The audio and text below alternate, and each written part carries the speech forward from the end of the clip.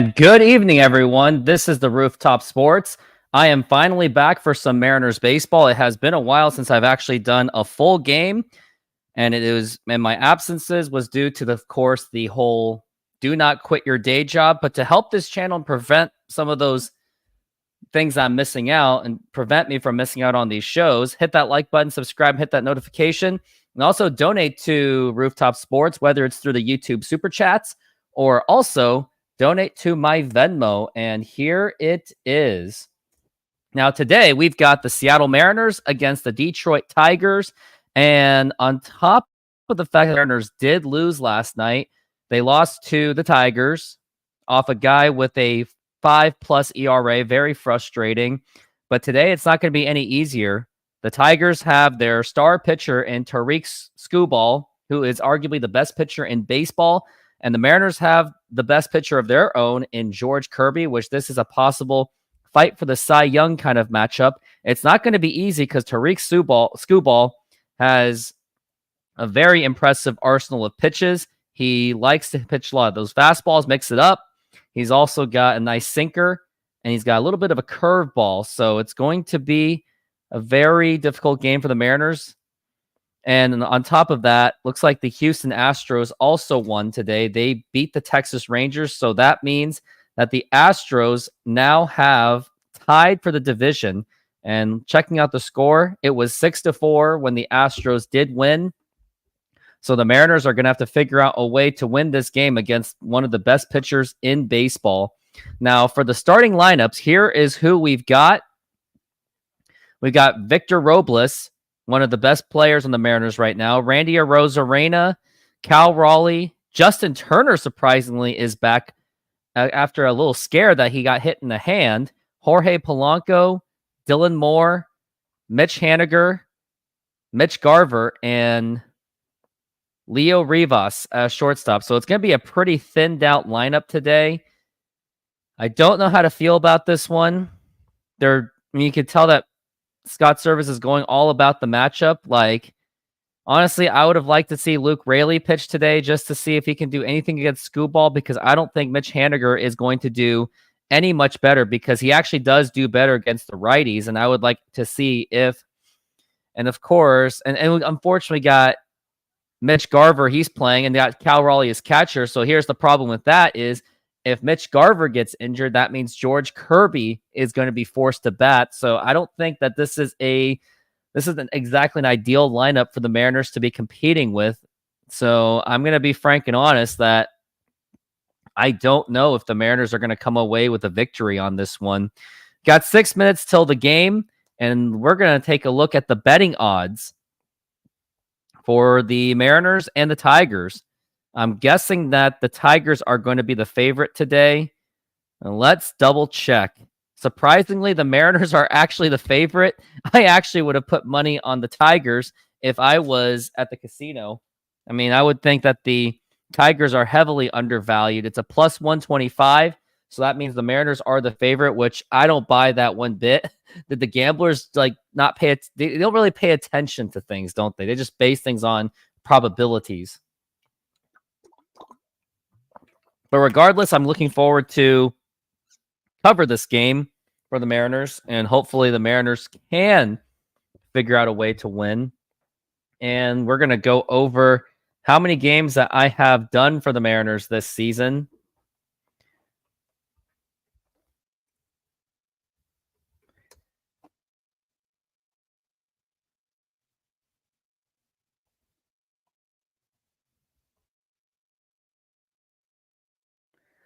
Just double checking. I did not do that White Sox game.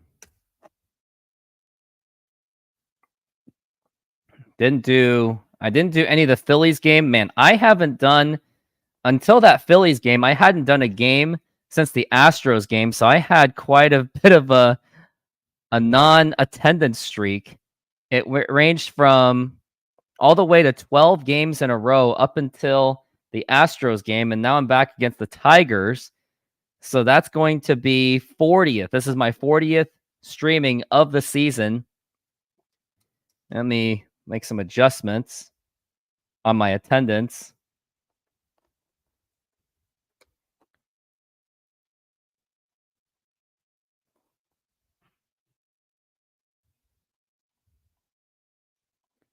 So, yep, it's 40. I'm at a 35% attendance rate. And also, we will be joined by the Jay Trident podcast. He is going to be here today to be a part of the show. Looking forward to his attendance as well. He says he's going to be here by around 7 o'clock.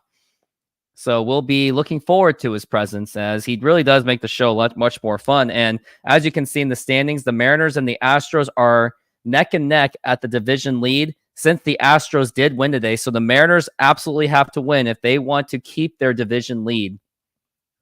So the Mariners have a lot of work to do, and they're going to do it against Tariq Skubal, which I was trying to see if he was available, which he wasn't. He must have been drafted early in the season for my fantasy baseball league. So Mariners will have a tough task ahead. Wish I was here for Jay Trident podcast, but the keys to the game, I'm going to say, is Mariners are going to have to play the small ball. Don't try to hit for those home runs necessarily. I mean, if you're looking for home runs out of Tariq Skubal, I mean, let's take a look at the stats of Tariq Skubal.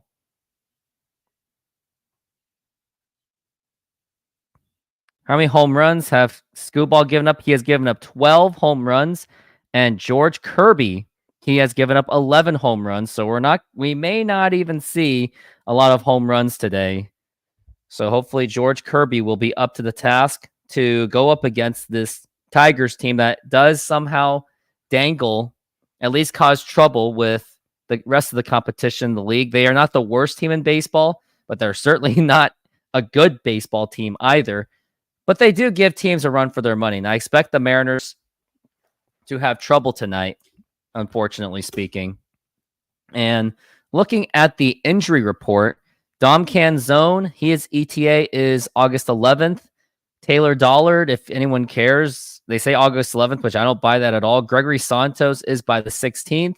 Julio Rodriguez by the 19th, and JP Crawford by September. So hopefully by September, the Mariners will be loaded up and ready to go for September and for that final stretch of the baseball season, because this is where things will get serious and much more competitive, as Houston, even without Kyle Tucker, they will still find ways to make it difficult. Still waiting. We still got 1 minute to go until the first pitch, and the first pitch will be brought to you by, shall I say it? It will be brought to you by SeatGeek, which will, if you use that promo code Rooftop Sports, if you're planning to go to a Mariners game, use that for your $20 off. And I just dropped my pen. There's my pen right there.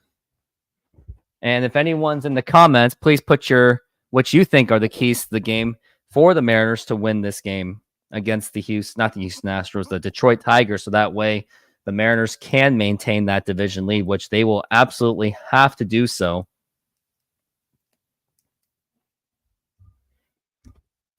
Commercial break is still going on. They're showing that Lou Piniella commercial where he looks like Tukwila Village. Interesting. Talking about, you hear what happened to the Seahawks at the practice? Yeah, there was a huge fight and DK Metcalf was involved. I wonder what really went down on that fight. And looks like we are back from the break. Tariq Skubal versus George Kirby. They're really hyping this up. And Tariq Skubal was actually a Seattle U product, for anyone that did not know.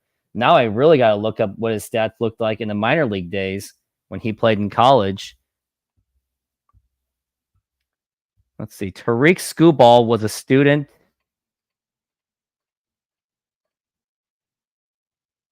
He was from the amateur draft from Seattle University.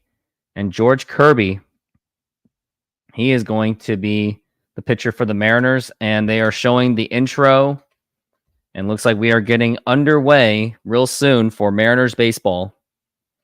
And hopefully the Mariners can get their tridents up, which means maybe they'll hit home runs off of them, but I don't expect it. So I do think the Mariners have got to play the small ball if they're going to survive against one of the best pitchers in baseball. And here we are at the T-Mobile Park. And Jay Trident podcast, his ETA estimated is going to be 7 to 7:30. And also tomorrow, I will be joined by Steve Silver of Swinging for the Fences. He will also be on my show in the morning, so looking forward to that.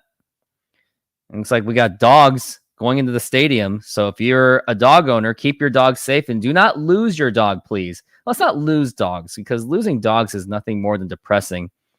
And now we got the Tigers at 54 and 60, Mariners at 59 and 55. They are hoping to get their 60th win of the season. Hitters, we got Perez, Keith, and Vierling. They're going to be up on the mound, up on tips of the plate. First three batters up to the plate. And the Tigers, their batting average isn't exactly great. Their last four hitters have batting averages below 200. So maybe we expect this to be a very low-scoring game on each side, the Mariners and the Tigers. Mitch Garver is going to be behind the plate. I mean, they're putting in Mitch Garver because of the matchups, and I guess I have to get him some more bats since he's really lost the repetition since Justin Turner got traded for, and Randy Arozarena. George Kirby, the man who refuses to walk. He's got a four-seam fastball, a slider, sinker, splitter, and that knuckle curveball. He loves to pitch that knuckle curve once in a while, so he's got really, really good stuff, but hopefully I'd like to see him use more of that splitter.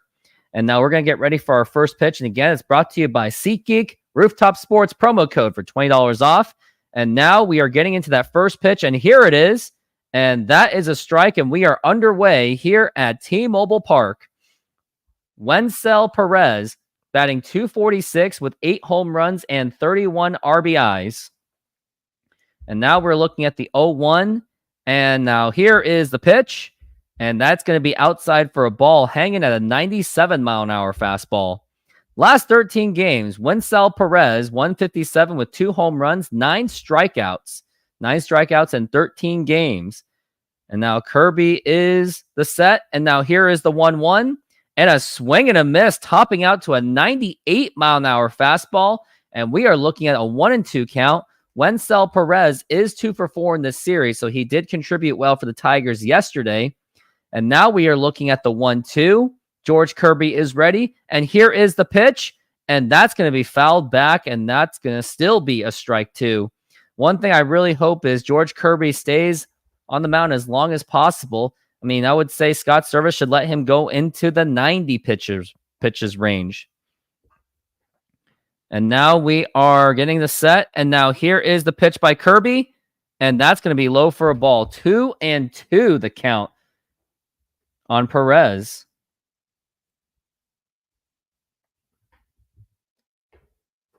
Now I just want to look at his game logs. And now George Kirby is set once again. And here is the 2-2.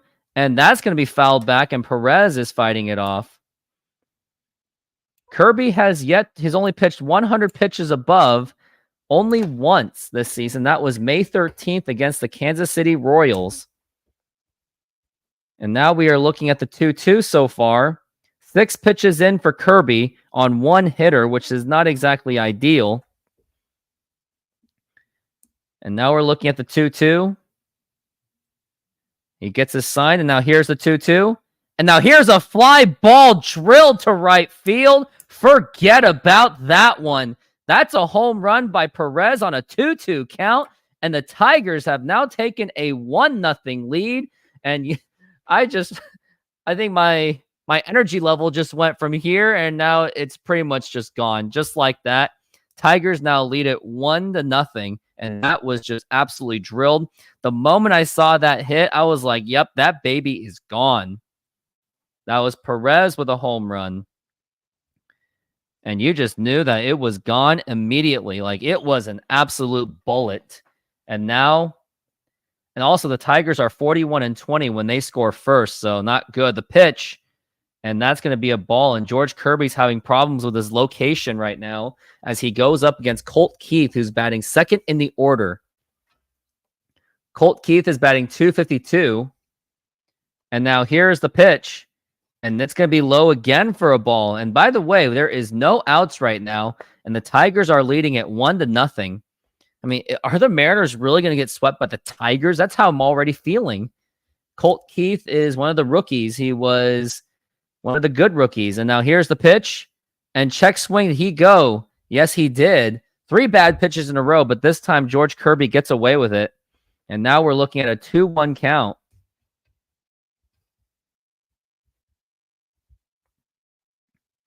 Colt Keith is awaiting, and now here's a 2-1. And now here's a ground ball right to the first baseman Turner to toss to Kirby, and that's going to be finally an out, and that is going to be 1 out. I've already said that. Justin Turner fields it nicely as he is the first baseman. Luke Raley is not playing today because of the quote matchups, which I was totally against it.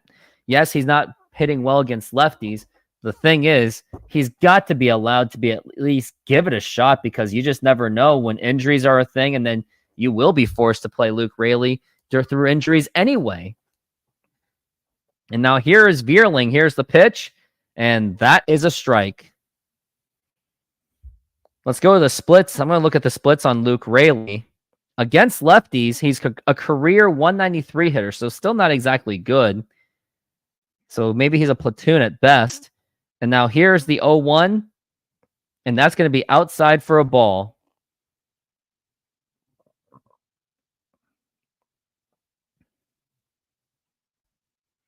One and one. Matt Vierling is 2 for 5 in this series. And now here's the 1-1. And that's going to be popped up and fouled, and that's going to be 2 strikes. Vierling is 2 for 5 in this series, so he has also contributed to the Tigers pretty well. He has 22 multi-hit games this season, which he did just last night. And now we're looking at the 1 and 2. And here is the pitch. And that's going to be a foul ball once again, and Kirby's getting taxed on quite a bit with the amount of innings that he is pitching, or amount of pitches that he is pitching. So that's going to make me very nervous. He's already at 17 pitches already. So I think the bullpen may have to put in some work, unfortunately, which I would be against unless Kirby's just not good at all. And now here is the 1-2, and that's going to be low for a ball. 2 and 2. Kirby has not been pitching well at all. He's just not finding his strike zone, and the one time he does, he gives up a home run. We're looking at the 2 and 2 for George Kirby. He's shaking his glove. And now here's the 2-2 pitch. And that's going to be fouled again. It's going to be 2 and 2. And the Tigers are finding ways to make contact on George Kirby, one of the best pitchers in baseball. But one of the best pitchers in baseball has already given up a run. And that was a quick home run, a leadoff home run that was. And now here is the 2-2 pitch. And now here's a ground ball fielded by Rivas, and it gets down, and he drops it, and that is going to be a base hit, probably an error. I would like to say that's an error because, nope, they're going to count that as a base hit. He didn't really have much of a chance to field that one. One would wonder if J.P. Crawford would have been able to field that. Did he really have an angle on that? He really didn't. He loses the ball. And we already have a man on first base. Would love to end this with a double play. And now next up to the bat is Madras. And now here's the pitch. And a swing and a miss. Nice fastball on the inside. The insides is where it's nasty. 1 out so far. Madras is batting .342 with 1 home run and 3 RBI. So he hasn't played much, but he is contributing right now for the Tigers. And now here's the 0-1. And that is going to be another strike. 0 and 2. And looks like Kirby may have found the strike zone for now. Madras has 4 multi-hit games this season and 12 games played. So he's played very sparingly, but he's been playing very well already for the Tigers. And we're looking at the 0-2. And now here is the pitch. And a swing and a miss in the dirt, strike 3. And that is going to be 2 down as George Kirby finally gets his first strikeout. Now we got 2 down. Nice little splitter by George Kirby. That's something I'd like to see a lot more of.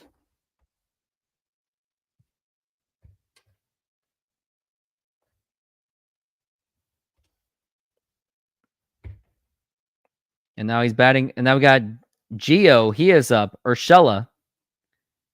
And now here's the pitch. And a swing and a miss. Strike 1. Gio Urshela. He's batting .240 with 4 home runs and 34 RBI. So clearly this is a very young Tigers team. And now the 0-1 pitch. And a swing and a miss, strike 2. That was a fastball right down the middle. Gio Urshela has played for 6 MLB teams, so maybe he's not one of the young ones. He's played for Cleveland, Toronto, New York, Minnesota, Angels, and now the Tigers. So he has played quite a bit around. And now the 0-2 pitch. And that it was just in the inside corner. And that is going to be a 1-2. Some might argue that was a strike, but that looked a little bit too inside to sell it to the umpire. I mean, Mitch Garver didn't even try selling that. And now we're looking at the 1-2. And here's the pitch. And that's going to be a foul ball. And that's going to be a 1-2 count. Strikeout rate for Gio, he doesn't strike out as much as the MLB average, but he does walk lower than the MLB average. Now we're looking at the 1-2. And runner goes. And that's going to be a foul ball. 1-2. I don't think Mitch Garver would have had a chance. And Vierling already had a good jump on that one. So good thing that the foul ball happened. Now he's probably like, dude, what the heck? Why didn't you just let me steal the base? Well, it was a 1-2 count, so he didn't really have a choice. He does strike out less against the righties. And now here's the 1-2 pitch. And a check swing, and that is low, and that's going to be ball 2, 2-2.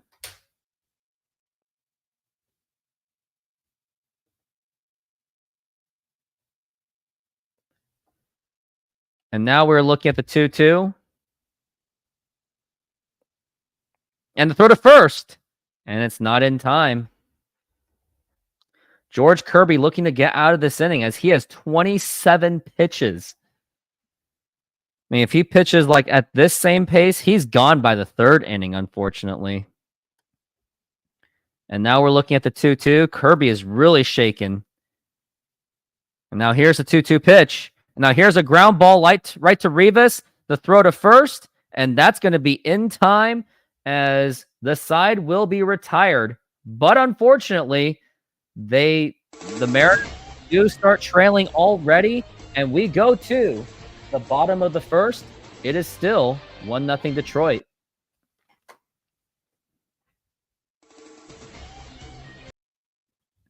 And now let me play a message from our sponsor, SeatGeek. SeatGeek is a mobile ticketing app for sporting events, concerts, and other events. They make the buying experience easier by the app ranking each ticket from 0 to 10 to see if you are getting a good deal, and you can see exactly where you are sitting. I regularly use that app, and I have had nothing but a fantastic experience with SeatGeek. Use my promo code RooftopSports to get $20 off of your first purchase. Link to the code, app, and website will be in the description, so take advantage, and thank you. Yep, use that promo code RooftopSports for your $20 off. And still waiting for my friend the Trident to join in. And Daniel, thank you very much for being on the show. And Christian, as much as I appreciate your presence, have you ever put a thought into joining my membership so you can get exclusive access to my softball diaries, basically? As we are still on the commercial break. And I got some things to show for the J Trident podcast throughout this entire game. So he'll have the pleasure of seeing them. Lowe's is now endorsing and putting money on Lionel Messi. That must have been one expensive sponsorship.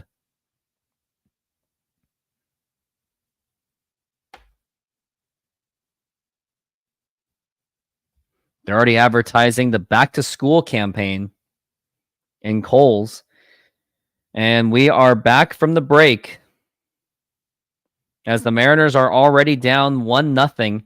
And that was a home run by Perez. Victor Robles, Randy Arozarena, and Cal Raleigh. Believe it or not, the average batting average for this team is like well below 250. Not good. Skubal, the best pitcher of arguably a Cy Young candidate. And now here is the first pitch. And that's going to be in there for a strike, a 96-mile-an-hour fastball. He is 12-4 with a 2.57 ERA. He has 162 strikeouts. He is well on his way to have a 200 strikeout season, along with 26 walks only. So you're not going to get much walks out of him. And now here's the 0-1 pitch. And a check swing, he did not go, and that's going to be a ball one. Victor Robles looking to get something going for the Mariners as they are down 1-0. And now here is the 1-1, and that's going to be a foul ball, strike two. The only thing you can really hope is play for the small ball or just foul as much as you can to get this guy tired so you can get the bullpen in there. But knowing Screwball, you don't really expect him to. And now here is the 1-2 pitch to Robles. And now here's a fly ball to left field. And that is going to be caught by the left fielder. That looked good for at least a split second. And now he got one down already. 4 pitches in for Screwball. Screwball's got a 4-seam fastball, a changeup, a sinker, slider, and knuckle curve. Almost similar to George Kirby's kind of pitching arsenal. So you're not going to get really much off of Screwball unless you really tax the pitches on him. And now here is Randy Arozarena, the pitch. And that is right in the middle for a strike as he takes it. Randy Arozarena, the Mariners, they did trade for him. It cost Aiden Smith and Brody Hopkins. And so far, Randy Arozarena has already contributed for the Mariners very well. And now we are looking at the 0-1 pitch. And that is going to be low for a ball, 1-1. Arozarena is batting .216. Screwball is at 6 pitches so far. And now here's the 1-1. And that's going to be inside for a strike. It's one of those inside pitches that you just don't like to swing, but you have to. It's about getting it into the inside. And now here is the 1-2. And that's going to be just inside. And that's going to be a 2-2 count on Randy Arozarena. Just missed the strike zone. Just barely. 8 pitches in for Screwball. And now here is the pitch. And a swing and a miss. Strike 3. Down goes Arozarena. And now we got Cal Raleigh up to the bat. And not like you're going to get much out of Cal Raleigh either, since he's also a strikeout wizard. Just 9 pitches in. Not even 10 pitches. And already 2 outs for the Mariners. Very frustrating to see Arozarena strike out. And now here's Cal Raleigh. Here's the pitch. And that is going to be just outside for a ball. And that's going to be a 1-0 count. Cal Raleigh batting third today as a designated hitter. He has 23 home runs. The pitch. And that's going to be a foul ball. And also he's hitting on one of his weaker sides, unfortunately.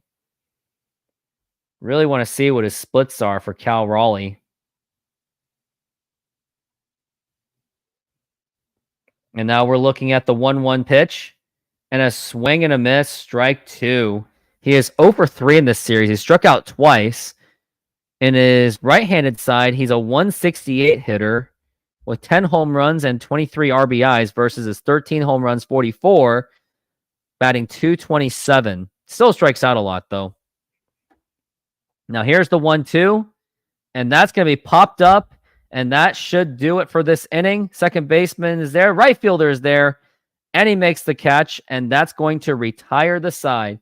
We go to the top of the second inning. Still 1-0 Tigers. SoFi is an online bank and a personal financing company offering financial diverse products. They hold the naming rights to the home of the Los Angeles Rams and the Los Angeles Chargers, named SoFi Stadium. They offer amazing checking and savings accounts where you can get up to 4.6% on savings accounts. There are no monthly fees to maintain the accounts, and they have over 55,000 no-fee ATMs around the United States. You even have access to a budgeting program, stock trading, and insurance programs. Join SoFi and get $25 for joining and or $25 for opening a stock trading account. Links are available in the description. And thank you. And lastly, I am not a financial advisor, so either find a professional financial advisor or go with your own gut. Yep, and as you can see, I just got a recent sponsorship out of, it was affiliate partnership with SoFi Bank. So here are some options that you do have. You can get $25 for opening a stock account. You get $25 for opening a banking account. And there's a personal loans if you are looking to consolidate your credit card. I know that's not exactly ideal, but here's also the beauty of it. student loan refinancing. They also offer that program as well. So go ahead and check those out. Check it out in those links when you get the opportunity. Anyways, Mariners are stinking the hole right now, as they have got to find ways to win this game. And at least got to hold the Tigers, too.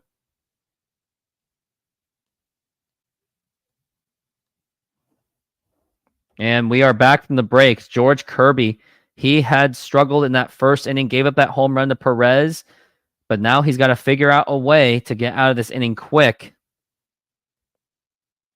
It definitely is dog night when you got the wives of Aaron Goldsmith. I believe they're the wives, at least. Mike Blowers is there. The wives of Mitch, I guess. The pitch. And that's going to be a ball.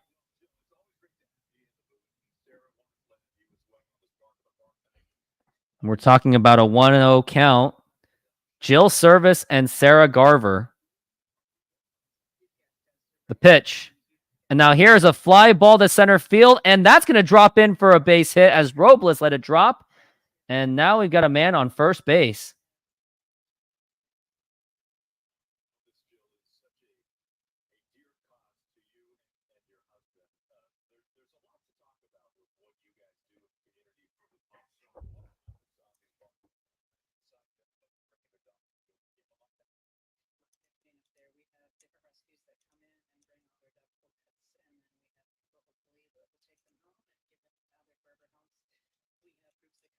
And now we're looking at the pitch, and here is the pitch by Kirby. And now here's a throw to second base, and that is not in time, not even close.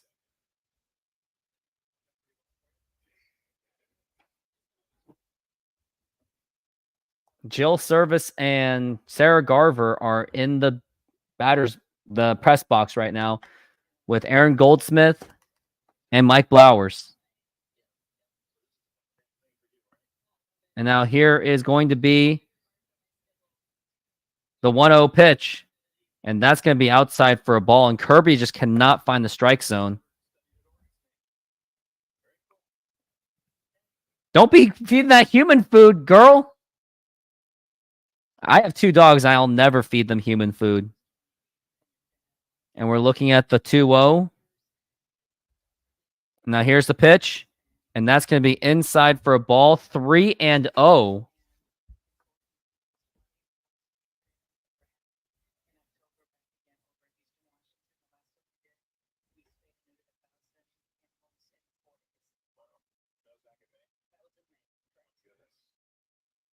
Now we're looking at the 3-0 count.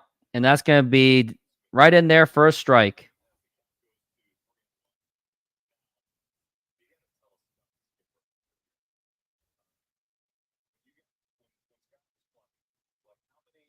We're looking at the 3-1.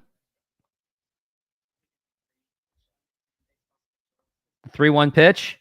And that's going to be a foul ball. It gets up to 3-2 when he had a 3-0 count.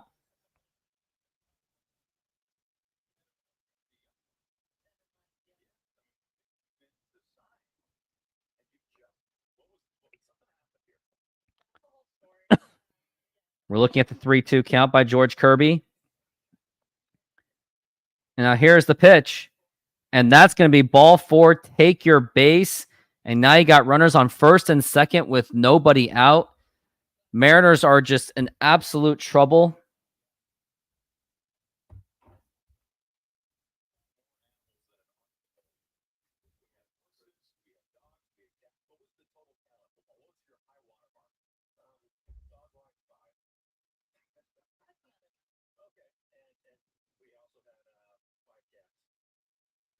$36 pitches for Kirby so far.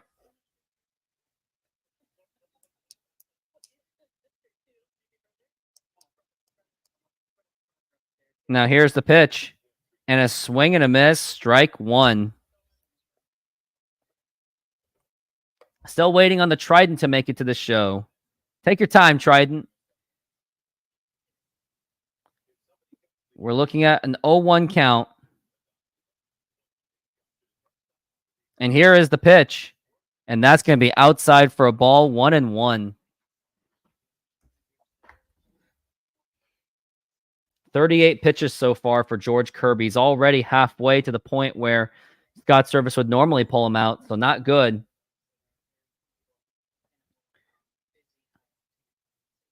And now the 1-1 pitch, and that is a strike this time, 1-2.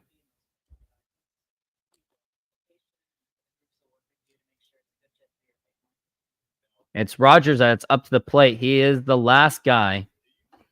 And yet the guys below 200 are still hitting off of Kirby. And now the 1-2.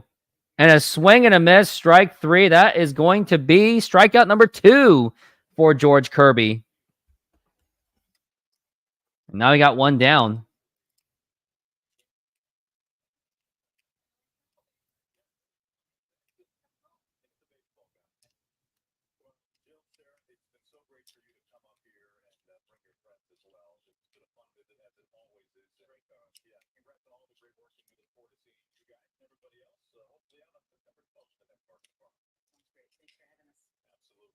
And now the pitch. And that is going to be another ball. George Kirby has not found his strike zone at all today. Jake Rogers batting 9th. 1-0 count so far.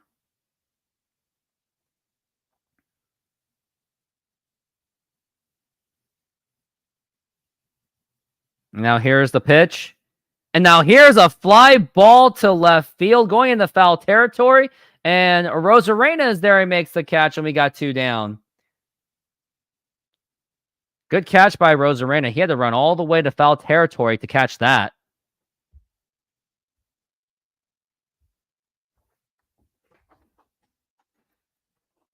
They're showing the replay that he made a really nice catch.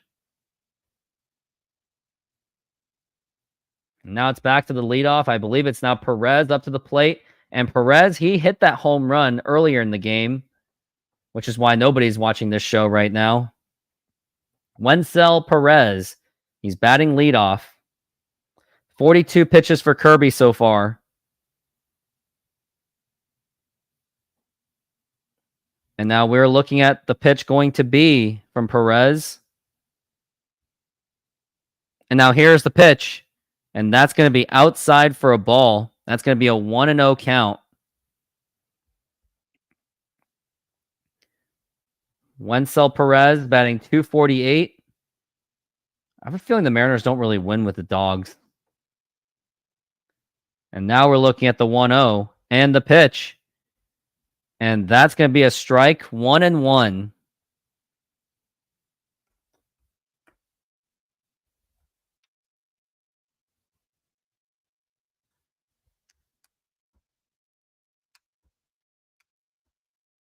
Now we're looking at the 1-1 again.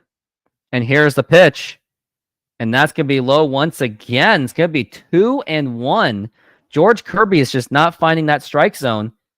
I mean, you could just tell something is up because the man's just shaking his glove all the time, shaking his hands. It's a miracle that the Mariners have only given up 1 run so far. And that offense was just absolute butt. And now we're looking at the 2-1 pitch. Shaking his left glove. And now the pitch. And that's going to be a foul ball, strike 2. This feels like it's been going on forever. 46 pitches so far. He's already halfway to 200 or 800.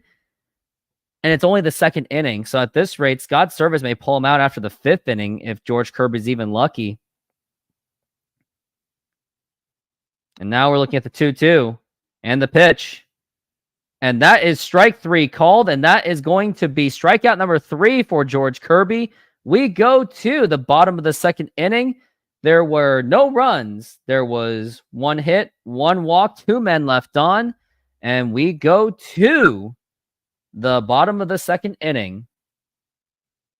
Are you looking to optimize your office, studio, or man cave? The Glance LED ticker may be for you. It is a customizable LED display providing real-life sports scores, stock prices, crypto, the news, and even the weather. Use my promo code ROOFTOPSPORTS to get 10% off the purchase, and thank you. And take advantage of that. You'll get your 10% off on that. Let me find that link for you guys so you guys can have the access for it.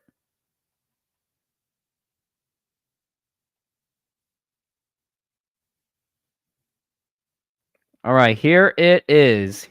You can get 10% off if you use my link to get that glance LED and use that promo code Rooftop Sports to get your 10% off. And Jay Trident Podcast just confirmed with me that he will be there in the third inning, roughly around the third inning. He's had a busy schedule himself. And other than that home run, it's been a pretty uneventful game. Wow, they're really milking Deadpool and Wolverine to death. Like, oh, Marvel.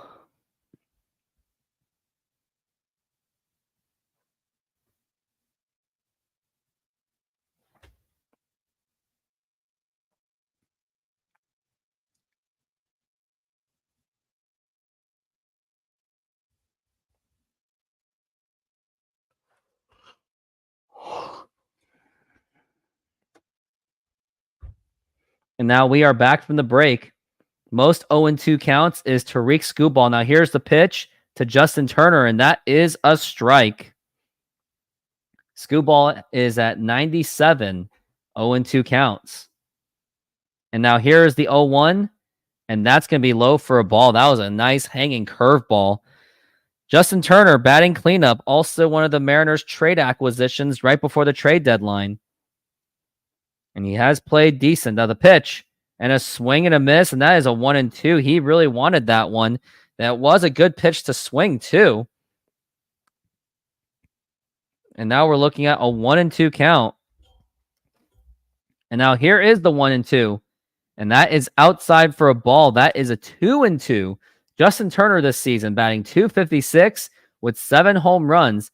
He's on a 13-game base streak, on-base streak. The 2-2. And a swing and a miss, strike 3. A horrible swing by Justin Turner. It seems like Scott Service is teaching these guys how to swing like absolute asses. And now we've got one down. At this rate, we may just suffer a perfect game. That was not even a good pitch to swing either. And that was not even a good swing in itself. And now here's Polanco, and that's a swing and a miss. And that is a strike 1.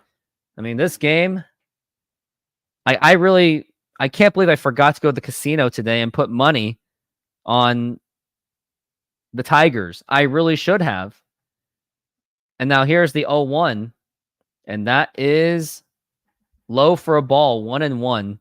How did I forget to go to the casino this morning? I had all that time to go to a freaking casino, and I didn't go to put in money on the Tigers. And now here's the 1-1. And a swing and a miss. And what kind of a swing is that? Polanco is like, looks like he's trying to swing with style, and he came up with nothing, obviously. And now we're looking at the 1-2. And now here's the pitch. And now here is a fly ball. That's not going to really do much. And that's going to be the center fielder who makes the catch. And already 2 down. Scooball's already only at 22 pitches. This is not a good game for the Mariners. Retired 5 in a row. Notable Seattle U players: Eddie O'Brien, Johnny O'Brien, Eric Yardley, Tariq Skubal, and Jansen Junk. I went to Seattle U for about a couple months. It was an awful experience. And now here is the pitch, and that's going to be outside for a ball, and this is Dylan Moore. Surprised he didn't swing at that one, because the Mariners just swing at everything. They tried to say it was a personnel problem, but it's just a coaching problem, the 1-0.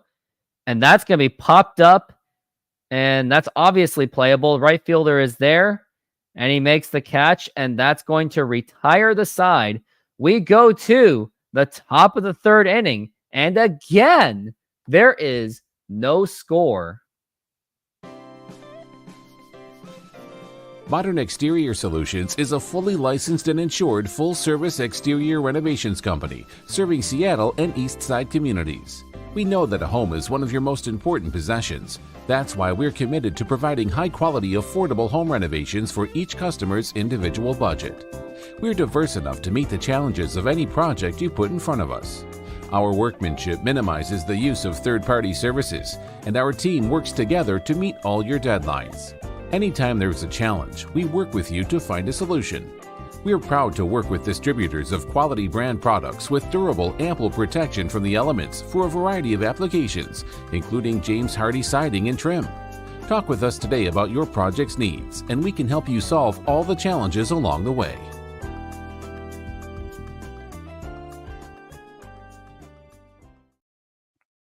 And there's the information for Modern Exterior Solutions. If you're looking for that exterior fix-up for your home, 206-992-4465, 206-992-4465. And we are still on the commercial break at this very moment.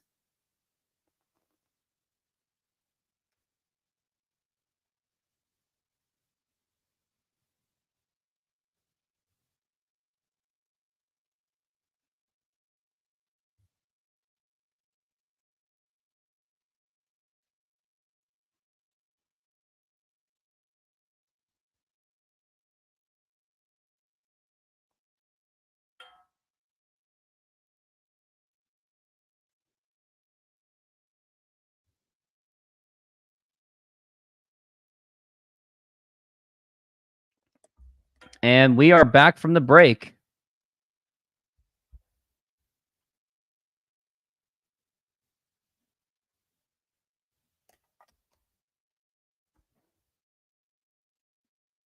Now here's the pitch, and that is going to be a strike. And this is Colt Keith, who's batting second in the lineup.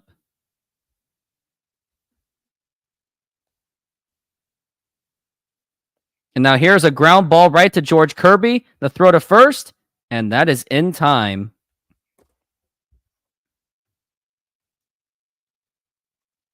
And we got one down.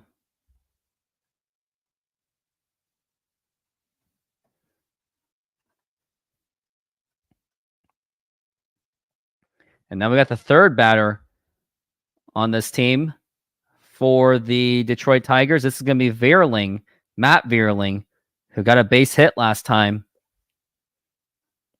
And now here is the pitch. And that is going to be a strike. Nice spin on that fastball. It's going to be a 96. It's an 0-1 count. George Kirby has gotten to 50 pitches. And after this batter, I will get Jay Trident Podcast. Give us a few. The pitch. And now that's a foul ball. And just by the pace of the foul ball, screw it. I'm going to bring him in right now. Trident's been only less than 24 hours. As soon as I saw the foul ball, I was like, screw this.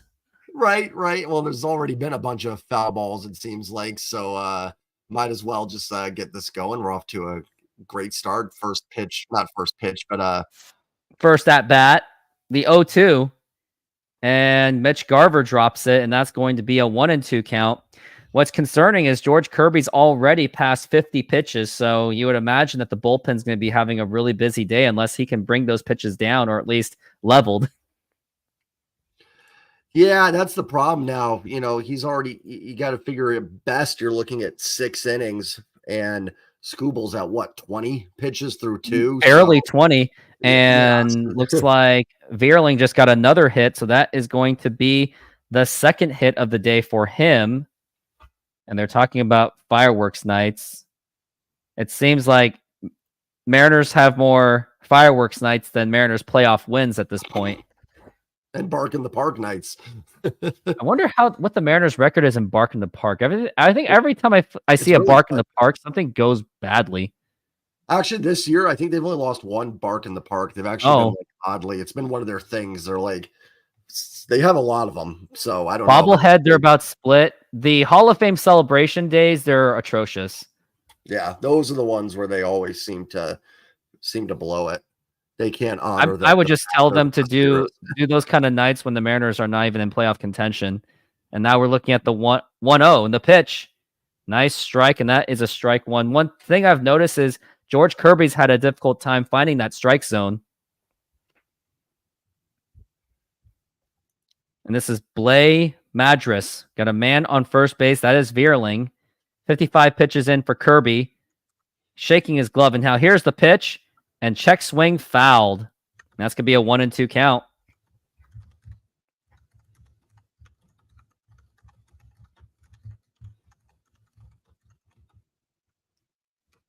And after commercial break, I got some softball clips to show you, doing a montage of all my softball highlights up until the tournament. Hopefully we'll get through all of them. And now we're looking at the 1 and 2 and the pitch. And now here's a fly ball to right field, and that is going to drop in for a base hit. Haniger is just picking. He bobbles the ball, and that is going to cause in a run. And the throw to play cut off by Turner. And watching Mitch Haniger bobble that, that's the second time we've watched Mitch Haniger bobble it live. Yeah. Both times we've been on, we've started out with Mitch Haniger. Like, yeah, bobble that more, Mitch. Great job. And Bly Madris, cool. Yeah, that's awesome. Cool. We can't get, anything going, but we're giving up doubles and homers to. I shouldn't bash the Tigers. They're doing what they're supposed to be doing here, but it's like, great, cool, great game, guys. What's more baffling was the Mariners were still somehow favored to win today on the gambling odds. I was like, I would have went to the casino for that. I should have. It's tough, as fans, we're not always super logical about it. We kind of go like, man, we know the Mariners, but I get it. Like, Kirby's good enough that, and you factor in the Mariners. Yeah, Mariners offense is not much better than Detroit. So I think in Seattle, I was it a big favorite or like a slight favorite? I could see a slight, like it was slight, favorite. But somehow Tigers were still the quote underdogs, which I did not get at all. I could see that in Seattle with Kirby. I kind of get it. I certainly get where you're coming from, but I can understand it a little bit. But we know better. Swing and a miss. Strike 2. That's his Gio Urshela. With runners in scoring position, he has 31 RBIs. And it's 2-0 Tigers already. And here's the pitch. Can't let it get much more than 2. And that's a foul ball. And I think Kirby is probably going to be gone after the 5th inning just by how it's going. 60 pitches in 3 innings. Eesh. Especially when Scooball hasn't even broke 30 or not even 25. You really got to keep this at 2. I mean, I'm not going to say I have a ton of faith even at 2-0. And now here's a fly ball to deep left field, and Robles is there and makes the catch. And is he tagging? No runners is running. So that is going to be 2 outs for the Tigers. 61 pitches for Kirby. Not a good day already. And now here is Meadows up to the plate. Parker Meadows is batting 6th in the order. He's one of the bottom tier hitters according to his batting average, but it really hasn't mattered that much for the Tigers today. They have figured it out in a pitcher's ballpark. Yeah, if you can, I mean, I don't have a ton of faith. Like I said, you got to keep it at 2. It gets 3-4. You got no chance against Scooball. 2, I mean, you could bloop and you blast your way to a couple runs. Yeah, they can't give up any more after this. Cannot afford it. But the Mariners offense have got nothing to show for it either. And now here's the 0-1. And that is low for a ball. And you can see George Kirby is shaking that left glove of his. Wonder if he's just nervous for today. Maybe he feels the pressure. And Parker Meadows is on a 6-game hitting streak, by the way. Kirby checks the runner. And now here's the 1-1. And that is a foul ball. And that is going to be strike 2. Yeah, hopefully they can get out of this inning quickly. 64 pitches for Kirby so far. And it seems like the Mariners tend to press a lot in games like this. I don't know. Maybe that's just me, but it really does seem like they tend to overthink it sometimes and work themselves into some losing streaks. They overthought the Miami series, I can tell you that. Yeah, and the Angels series, the 1 and 2. And now here's a line drive foul. That was a close one. That was about to be 3-0.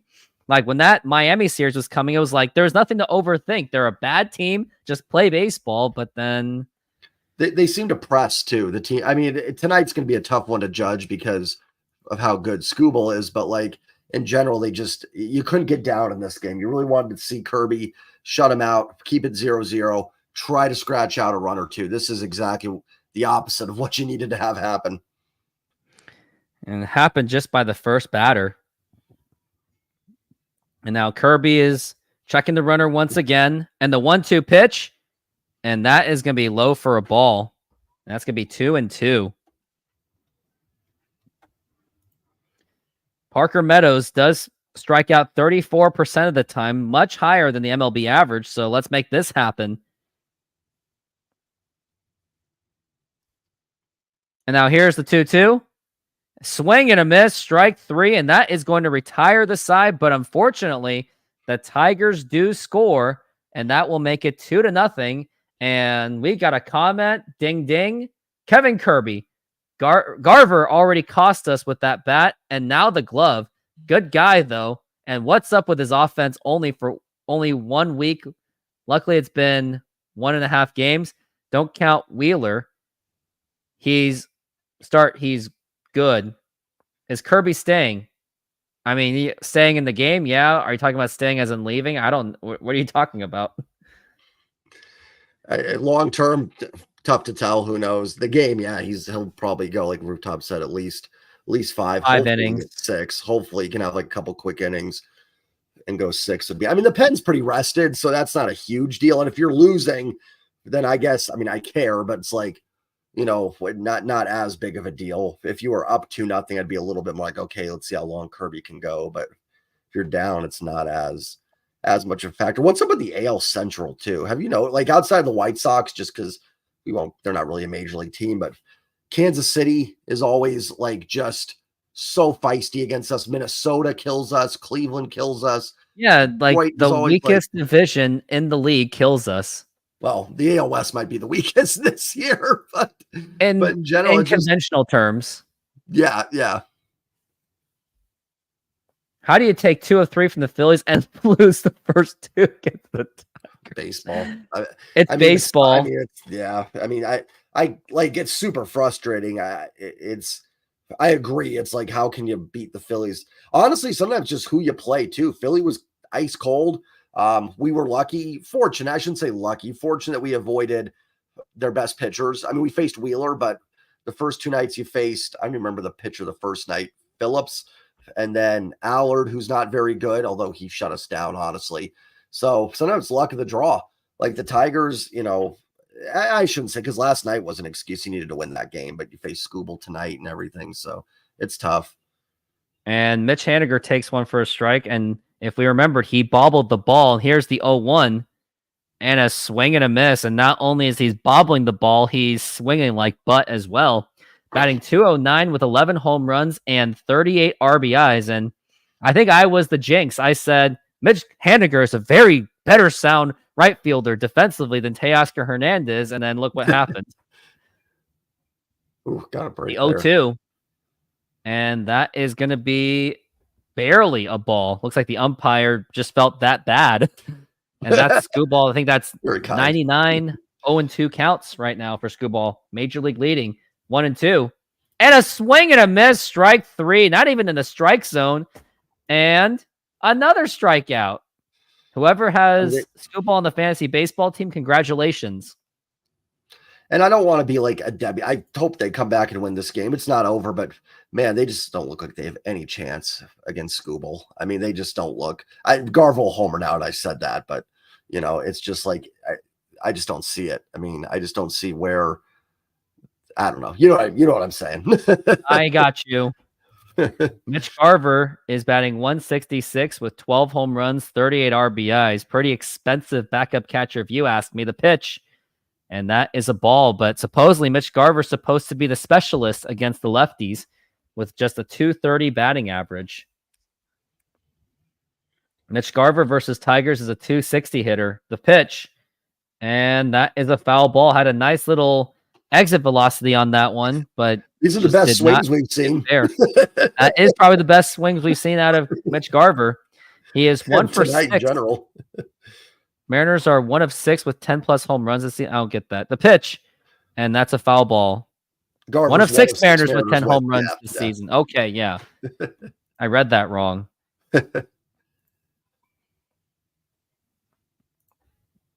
Scooball with 32 pitches. Very efficient. The 1-2. And swing and a miss. Strike 3. His best at bat of the night. That is the best at bat of the night. I think now you can give Mitch Garver a standing ovation. And Mitch Garver, this is the standing ovation for you.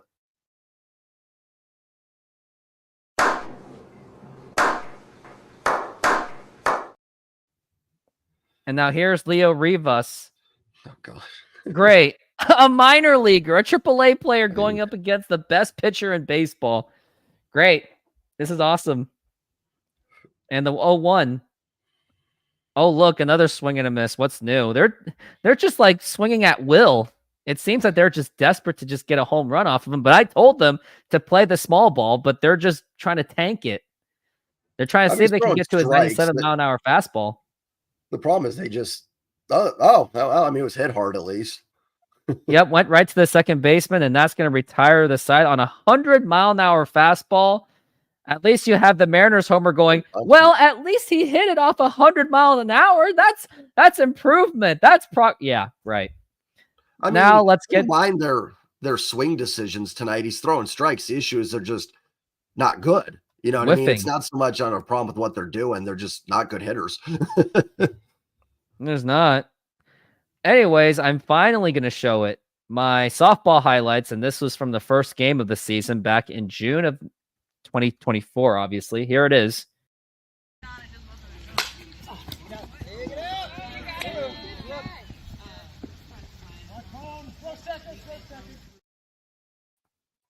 Little nice screamer of a base hit.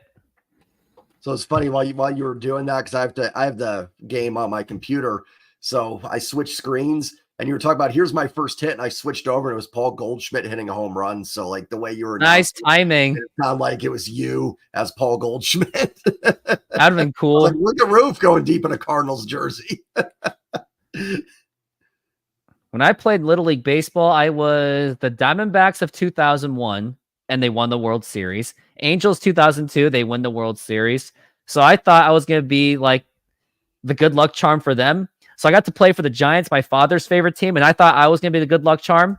They lose to Miami in the first round, so my luck ran out. That was a good series. I was also the Oakland A's in 2002 Summer League, and that was their Moneyball run, right in the middle of it. Yeah.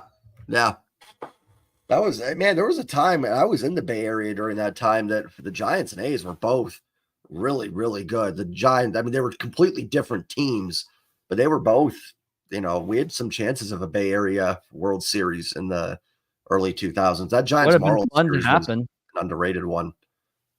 Giants 2002, the LA versus Bay Area. Yep. That was a good World Series. It was a great World Series. Not for my dad, though, because he's a Giants fan. And now we are back from the break, and this is Zach McKinstry. And now here's the pitch. That looked like that. I think that was that knuckle curve, it seemed, and that is going to be a strike. Now it's 82, so that'd be a little bit. That's more of a curveball. 68 pitches for Kirby. Eesh. And now we're looking at the 0-1. And another strike. Nice curveball once again by George Kirby. 2 runs in, and this game's already breezing along thanks to Scooball. Oh, that's one nice thing. We'll get to bat earlier. Yeah, we do. And now here's the 0-2. And a swing and a miss. Strike 3. Another strikeout for George Kirby. And that is now strikeout number 5. He's actually outstriking out Scooball by 1 strikeout. I mean, Kirby, for the most part, has been fine. I mean, you'd like to not give up 2 runs against a lineup that Kirby should really hold in check. But if you can get through 6 at 2 runs, I mean, it should be enough for the offense to at least attempt to get back. And I can't see a run tonight the way they're swinging it and the way Scooball looks. Yeah, they're swinging it like they're trying to hit home runs. And it's like, we're not asking for that. Now here's Javier Baez. And now here's the 1-0 count pitch. And that is going to be up high for a ball, 2-0. The world will collapse if George Kirby walks Javi Baez. That would be the most unlikely baseball outcome in the history of forever. The most unlikely outcome right now is the Mariners winning this game. The pitch. That would be second. Swing and a miss. Or just getting any kind of, or at this point, getting a hit off of him would be worthy of a standing ovation. And now here is the 2-1. And that is a strike, 2-2. 6 hits in his last 8 games is Javier Baez. And now the 2-2 pitch. And now here's a ground ball right to the third baseman. Dylan Moore to throw to first in time. And this time it's looking to be a much more efficient inning for George Kirby. 2 outs already. 75 pitches, though. Yeah, we're probably, unless he can get like a quick 2-pitch out here and like a 10-pitch fifth, I think you're right. We're looking at 5 innings here, but we'll see. We need some quick outs. 6 is probably the best case scenario, and that is 6 is max. Really wishful thinking. Yeah. JP Crawford being shown on the bench. He is not available until at least maybe September. Yeah. So the Mariners have got to find ways to survive without JP Crawford and Julio Rodriguez throughout August. And now the pitch. And that's going to be low for a ball. And if you look at Julio running, he hasn't looked all that great. So when he gets back, he may have to DH. And you already have a lot of DHs on the roster. 4 career home runs versus the Mariners. Third most of any opponent right now. The pitch. And that is going to be low for a ball. 2-0. You don't really see there's Julio Rodriguez right there. Also been missing time, and it was due to that. It was that Astros game, the pitch, and it was because of that Yordan Alvarez. And I remember I think we had our little thing. It was not like we choked each other or anything, but you're like, I think you said that you may have been okay putting in Saucedo for the lefty-lefty matchup. I was like, no, Yordan kills lefties, and because of that, Yordan hit that nice fly ball where it forced Julio to make a crazy catch, and he didn't even make the catch, and that is a 2-2, by the way. Was that off Saucedo, that one? I don't remember. That was off the sauce. Both or something. Sid Rock says, good to see you, Jay. I subbed to Rooftop today due to you videos from yesterday because we made a nice video. All your comments and you watching my videos, man. Thank you. Always appreciate the uplifting you give me in the comments, man. Thank you. Really, really do. And now here's a fly ball to left field, and that was just blasted. Like Arozarena didn't even have to move, and that is a home run, and that's going to be 3-0 Detroit. Like, I was just so shocked that it was just blasted that Arozarena didn't even move. Now it's 3-0. This is done. I mean, I'm not trying to like pick on the Tigers are kicking our butts here, but it's like, I mean, you're giving up these runs to Perez, 694 OPS homers. You're giving up a home run to Jake Rogers, 600 OPS. Like, man, come on. Like, the offense been terrible. Now I'm going to get on George. He's not been good tonight. He is not. I mean, the shake, his left glove shaking like this is all I need to know that he's just mentally not in it right now. He's just up against something tough, and he's just not able to handle it. The 0-1. And I think that was off of 2 strikes, too. And that's the thing. Like, this is moments where it makes me feel that I don't want to hear anything about marine layer excuses. I just don't, because the other team seem to figure it out just fine. The pitch, and that is a ball, and that's a 2-1 count.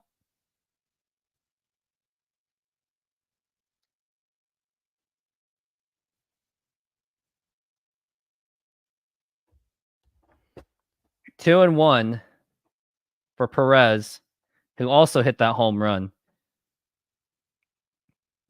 Like, I don't think it's the marine layer problem. I think it's a coaching problem. I don't think. Oh, something happened. It's my internet. It's the second time. 2-1. Just refreshed.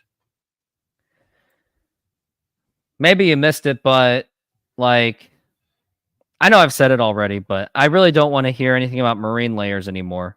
I read it from articles. I've seen it from other people. It's not the stadium. It's the coaching. Someone's got to remind them to not swing so murderously. It's the players too. I mean, I don't.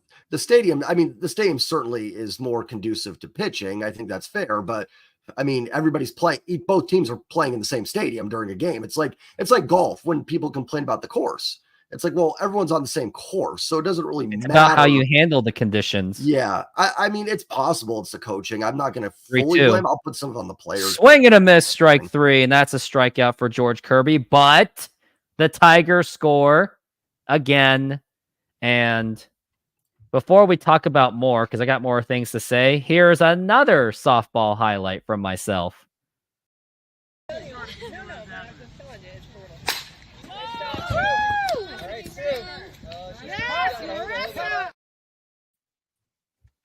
And that was another base hit. There's going to be more exciting clips. Don't worry. Roof, we need you to get out there to T-Mobile and maybe inspire this offense a little bit. I would certainly offend people. Imagine me talking to Mitch Garver after you got those messages. I'd be like, Mitch, get over it, man. Don't let it get to you. I probably would have thrown his phone, because if we're millionaires and I threw his phone, I was like, okay, I'll buy you a new one. It's an investment to get him to pull it out of his butt. I certainly would have caused problems in that clubhouse. But yeah, going to that marine layer thing, like, it wasn't a problem for 2000 Alex Rodriguez. Best season of his career in terms of wins above replacement. 2000 Edgar Martinez hit 37 home runs. Robinson Cano and Nelson Cruz had some of their best numbers in their own career, and that was also off of T-Mobile Park / Safeco Field. So that's why just those alone are the reason why I don't want to hear the marine layer. Because next time they bring it up, I'll just bring up Edgar stats from 2000. Brett Boone's stats. He hit nearly 40 home runs off of T-Mobile / Safeco Field. And if I ever get Brett Boone on a show, I want to talk to him and be like, so how did you handle Safeco Field / T-Mobile Park? Because everyone talks about marine layer, but yet you had your best season of your entire career. Well, I actually have some fans. I say, even if it is a marine layer, I mean, again, it just goes back to both teams play in the same park here. So it's like, didn't change the Tigers. They hit a home run out to left field. So it's like the other home run, Rosarena didn't even move. He was like, screw that. Yeah. I'm not going to run for that. So it really just, to me, doesn't even matter much, because it's just like, even if the stadium was, oh, that's hit pretty good. No, it's not. Here's the pitch. And now here's a fly ball to left center field and caught. And as of now, Scooball's pitching a perfect game right now. I didn't realize that. And I want people to realize that. I want everyone to know, so that means that way we can give it more attention, and maybe it will backtrack to Scooball's head, and it'll be the ultimate jinx. That's what I'm trying to do. Now here's the Rosarena. Perfect game. Yeah, give me a good short video. Randy Rosarena is batting second in the order. He's been one of the best players on the Mariners so far. And now the pitch. Outside for a ball. That is a 1-1. Guy asked, do you think Cal catching for Kirby once in a while would help? And Garver would... I didn't even think about that. And now here's the pitch. Oh, what kind of swing? Did you see that swing by a Rosarena? Like, that alone is all I need to know about this offense, is their approaching is not good. The 1-2. Now here's a ground ball. And that is going to be a base hit. Maybe they'll call it an error, but either way, the perfect game is over. I just jinxed the perfect game. You had a chance to call a perfect game tonight. It's gone. What happened? Yeah, it would have gotten me some views on that. Right. But I don't care about the views right now. I just want wins. Maybe this can start something here. Maybe there's your blue. Maybe we get a blast. Hopefully. Speak of, with the whole... Oh, hold on. Here's Cal Raleigh. And that is popped up and fouled. The funniest part, when my last live show, which was on Sunday, I was trying to get everyone to do the 2000. And as soon as I turned off the live stream, it was at 1999. As soon as I turned it off, it became 2000 instantly. That was the weirdest coincidence ever. So I didn't get to celebrate it. The pitch. And now here's a fly ball to deep left center field, and that is gone! That's a home run for Cal Raleigh, and the Mariners get on the board. It is 3-2, and he did it off of his weak side. What a blast by the big dumper, and the Mariners are back in business. Okay, there we go. Now we got a game. Now they score off Scooble after Kirby gives up run. Of course, that's how it happens.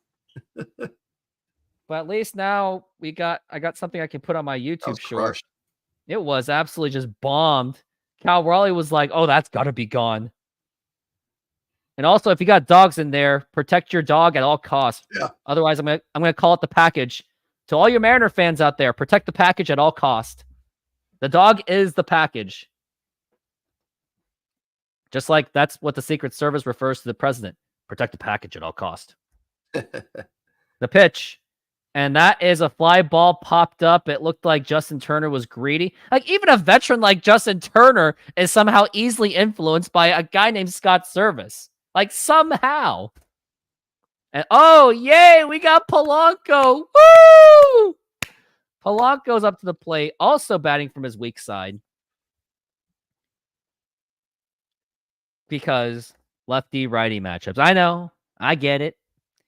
And well, now here's the pitch. He's going to play. You're not going to put Polanco in. I know you can't. Yeah. A good thing is he has a team option after this season, so I would think unless Polanco completely rakes it between now and the playoffs, if the Mariners make the playoffs, I think he's not going to his option's not going to get exercised. The pitch. And that is actually a strike. That's the first questionable call I've seen from the umpire, but he's actually been on point throughout this entire game, actually. So I can't really say too much. And now the 0-2. I'm surprised he didn't swing at that one. I applaud you, Polanco. This season, 211 with 10 home runs and 29 RBIs. He went down sometime due to an injury. It's good to see Scooball getting to the 50. And now here's the 1-2. And that is low for a ball. 2-2. And Sid Rocks, thank you very much for being on this channel. Thank you for subscribing, by the way. I forgot to tell you that. Hopefully you'll like the dynamic duo of us, which has been dormant for this season, though. The 2-2. And now here's a fly ball blooper. Nope, it's going right to the center fielder. And that's going to retire the side. But fortunately, the Mariners do make up for it. And it's now 3-2 Mariners. And now another clip out of my softball highlights.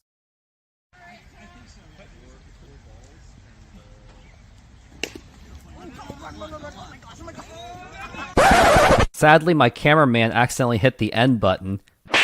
But here's an idea what the play looked like.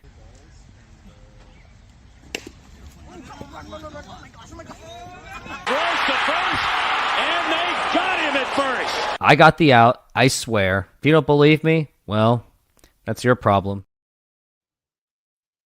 I had to use, that's what I still had to use the Jeff clip.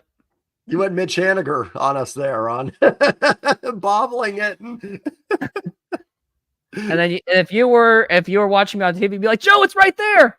I'm like, right there, pick it up. Yep. And to talk about Les Schwab commercials, and now I gotta find some more videos to upload.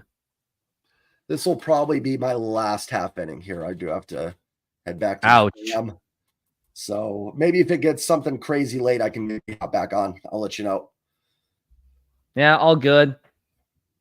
Appreciate you having me as always. Always fun to get on here. I love, like I said, we've done 2 together and we've had Mitch Haniger bobbles, and it's both been against AL Central teams. It was Cleveland earlier in the year, if I'm not mistaken. And it was Cleveland. Detroit. So Mitch Haniger bobbles against the AL Central. And you had to leave early. So it's the curse of Mitch Haniger. Yep.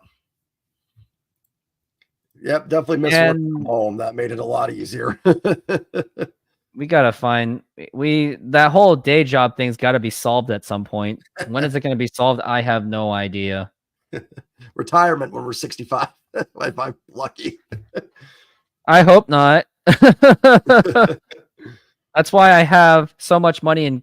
Well, I don't have that much money in crypto, but in Shiba, I have like nearly 9 million shares, which is only like $150. But if Shiba got $1, then I can retire happy for sure. There you go. And now Kirby is pitching on a 1-0. And now here is the pitch. And that is actually going to be a strike, and the umpire made up for it this time. So now it's at 0, just like what we talked about last year.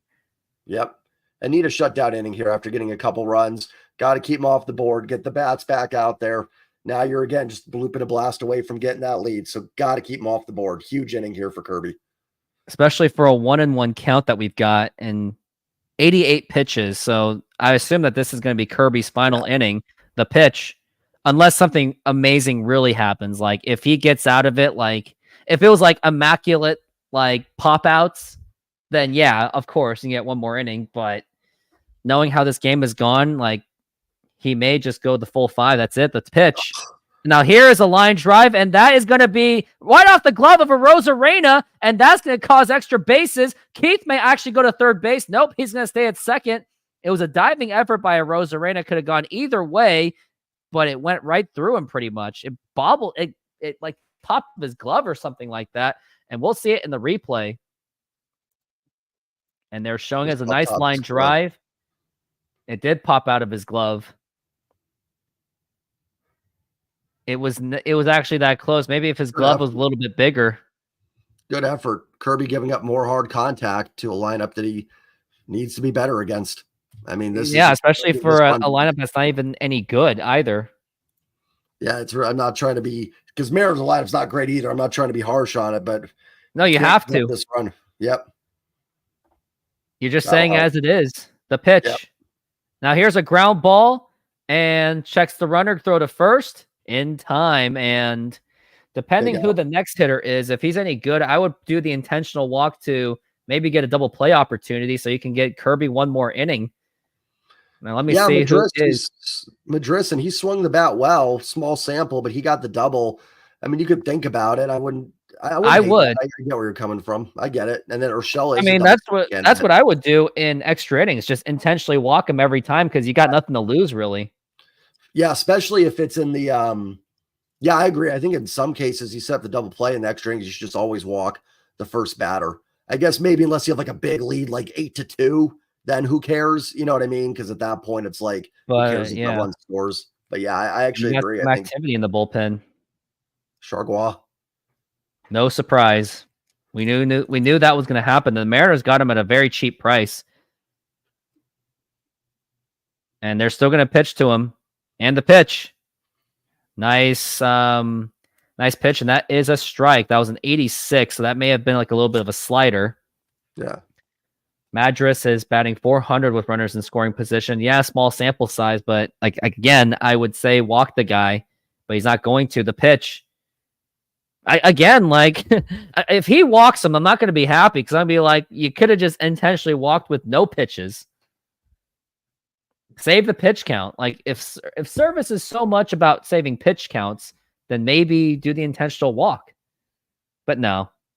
And now here's the 2-1. Swing and a miss, strike 2. And maybe that's why, because maybe Kirby thinks he can strike him out. Most quality starts since August 9th, 2022. Belongs to George Kirby as number 2, Logan Webb number 1, and Luis Castillo is actually 23. Surprisingly, didn't know that. Logan's on there too. Logan Gilbert, yep, the all-star of this team, who has kind of fallen off lately. And now we're looking at the 2-2, and now here is the pitch, and that is strike 3. I really thought that was a ball. It was a ball. You thought it was a ball because it was. It was. That's +1. We'll take it. And Madras is not happy about that call. I mean, good pitch. That's a good pitch, and he hit his spot. You know, I think we've talked about that before. It's why it's important for pitchers to hit their spots. You can get those type of calls. The umpire saw the frame job by Mitch Garver, so Mitch Garver had a nice frame job on that one. So I'll give you a standing ovation for that. And now here is the pitch. Now here's a ground ball right to the shortstop to throw to first. And that is in time, and they get out of this inning just barely. And that may be George Kirby's final inning. And George Kirby, he just dropped the F word on that one. I don't blame him. That was great. That ground ball went like right under the base runner's legs. Yeah, it could have. Yeah. Oh, well. Look who showed up. Our friend, Flick of the Switch, Mr. Flick. I miss you, Flick. He'd be the guy that would try to get into a. If I had a stadium, he'd be the guy that tried to get in for free somehow. I'd let Flick and he would guilt me into it. Come in for free. Flick can come in for free. Flick gets a freebie.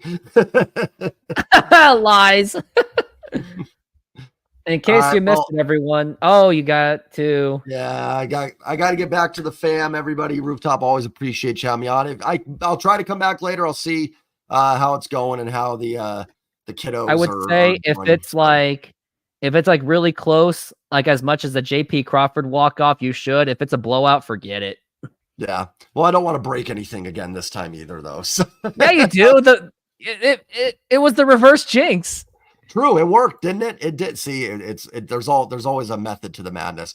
Appreciate you having me on, man. Take it easy, everybody. Love y'all. Peace.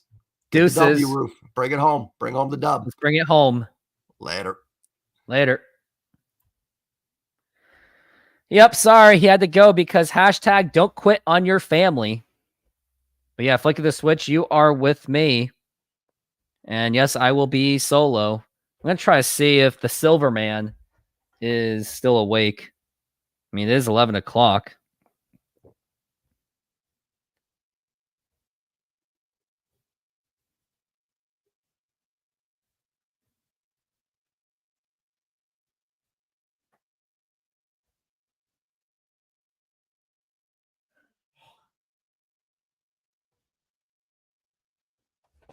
And now here is Dylan Moore up to the plate. We are back from the break, and now here's the pitch. And that is a ball. 3-2, Tigers lead. Bottom of the fifth. And now here's the pitch. And that is low for a ball. Screwball is missing his strike zone.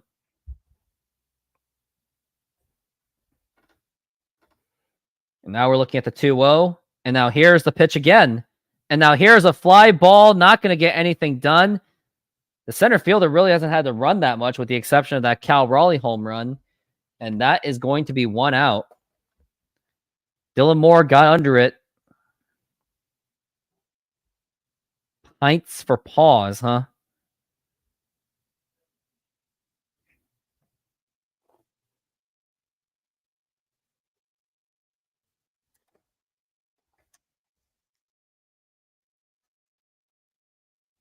And now the pitch to Haniger. And that is a strike. Mitch Haniger, who had that error, he bobbled that ball, which led to the Tigers scoring their second run. And now the pitch. And he chases that terribly. And that is going to be an 0-2 count. That's probably the 100th 0-2 count for the Screwball.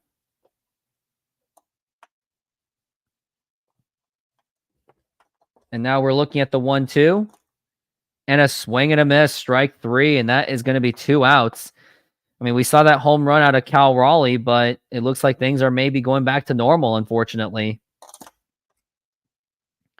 Would be just amazing if the Mariners can win this game. I still can't believe the Mariners were actually favored to win this game. I was just baffled by that. Like, did they forget that Screwball was even pitching? Now, here is Mitch Garver up to the plate. He's really got to get something going. The pitch and a check swing. And he did go after that. I mean, this is why he's getting booed. This is why he got...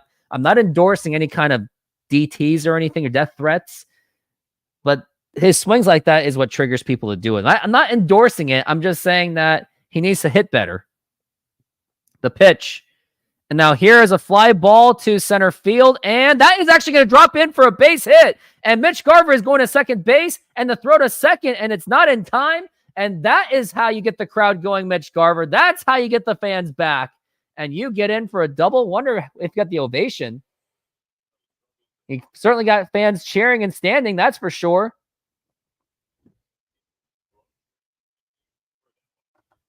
Mitch Garver had that was a nice, beautiful hit by Garver.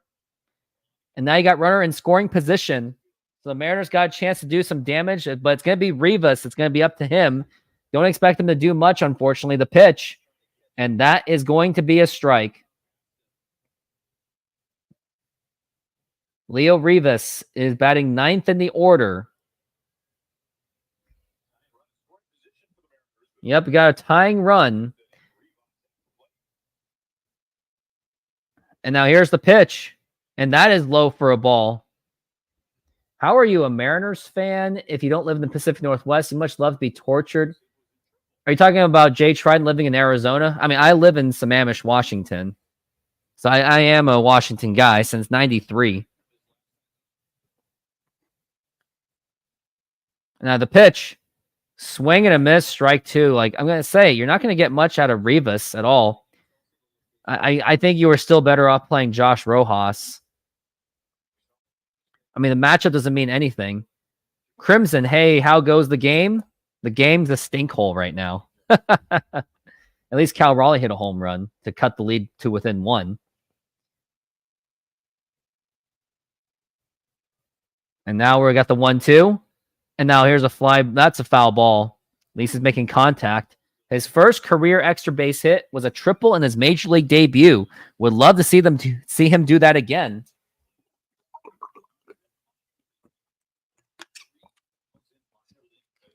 Jeez, Rivas played a lot of minor league games just to get up to this point. And now we're looking at the 1-2. And did he really have to swing at that? He really didn't have to swing at that. That was a horrible swing by Leo Rivas. Like, stuff like this is the reason why I don't believe in the Marine layer excuse. Like, it's just bad swing and bad approaches that are costing the Mariners this game. And now I'm going to go back and take a little bit of a SeatGeek break. Actually, I got to go to the bathroom. SeatGeek is a mobile ticketing app for sporting events, concerts, and other events. They make the buying experience easier by the app ranking each ticket from 0 to 10 to see if you are getting a good deal, and you can see exactly where you are sitting. I regularly use that app, and I have had nothing but a fantastic experience with SeatGeek. Use my promo code RooftopSports to get $20 off of your first purchase. Link to the code, app, and website will be in the description, so take advantage, and thank you.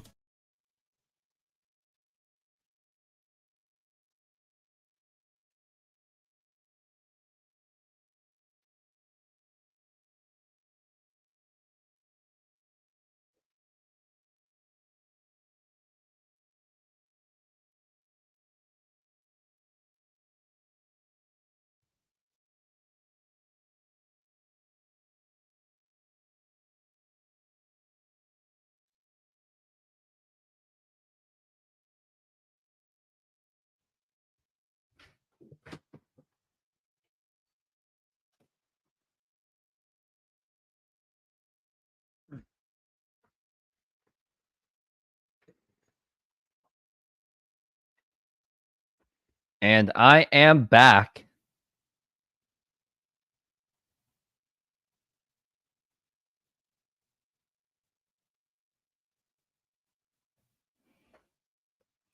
And looks like we are back from the break. And George Kirby looks like he is done for the day, which not a surprise at all since he got to 97 pitches. Maybe I would have given him one more inning because at least he did settle down just a little bit.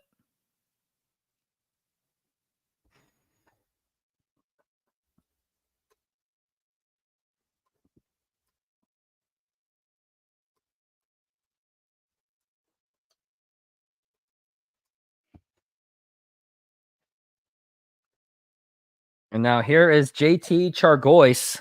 He has a 1.42 ERA this season. Very small sample size of his, but he's been effective so far this season, which is why the Mariners traded for him.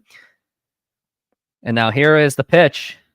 And that is a foul ball. 96-mile-an-hour fastball. So he is one of the strong arms of this team. Got 6 views so far, or 6 viewers so far. Hopefully get up to 10 again. And now here's the pitch. And a ground ball right to Justin Turner. Tosses it over to Chargois and barely gets him out. That was nearly a reviewable call. Chargois barely made it. And if you're wondering who Chargois is, he was actually part of the trade to get Diego Castillo back. Or get Diego Castillo from that trade to make up for that Kendall Graveman trade, which I thought was still one of the worst trades in Mariners history. Thought it was a very unnecessary trade. And here is Zach McKinstry. And now here is the pitch. And that is outside for a ball.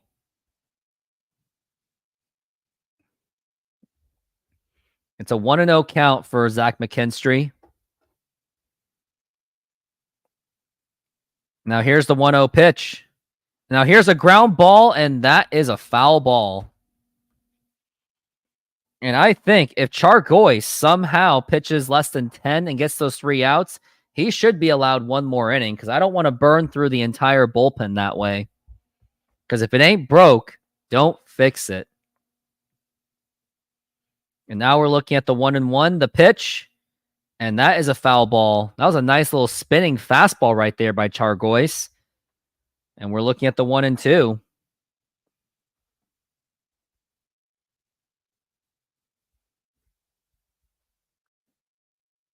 And now we're looking at the 1-2. And now here is the pitch. And a check swing. Did he go? Looks like he did go. And that is going to be strike. No, he did not go. And that is 2-2 right now. He's got what he wants. And now the pitch. And that is a foul ball once again. Jay certified SCE. Go, let's go Mariners. I wonder who you are. I've never seen you before, but if you haven't, hit that like button, subscribe, hit the notification, and donate to this channel. You can do it two ways. You can do it through the YouTube Super Chats or through my Venmo. And now the pitch. And he ain't falling for it. And that's going to be a full count, 3-2.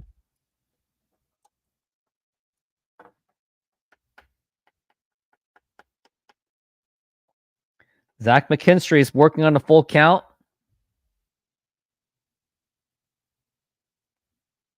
And now here is the pitch. Swing and a miss, strike 3. Nice, nasty stuff by Chargois. And that is going to be 2 down. Chargois is on his way to possibly pitch a 1-2-3. And if he does, he should pitch one more inning.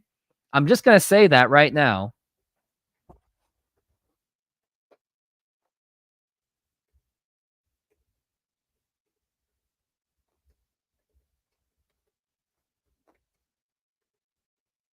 And now the pitch.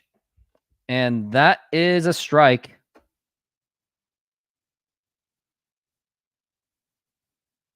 And that's an 0-1 count. Now the other pitch. And that is low for a ball.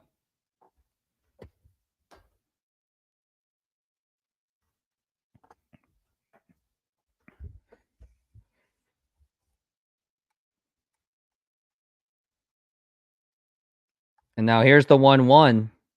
Swing and a miss, strike 2. Chargois has been pitching extremely well. And I really hope he does get one more inning.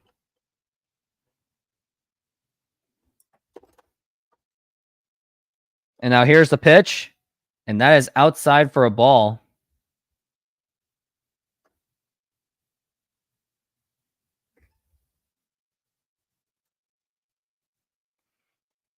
And we're looking at the 2-2. And now here is the pitch. And that is going to be outside 3-2. And I think that he is definitely not going to get another inning out of this because he got lucky.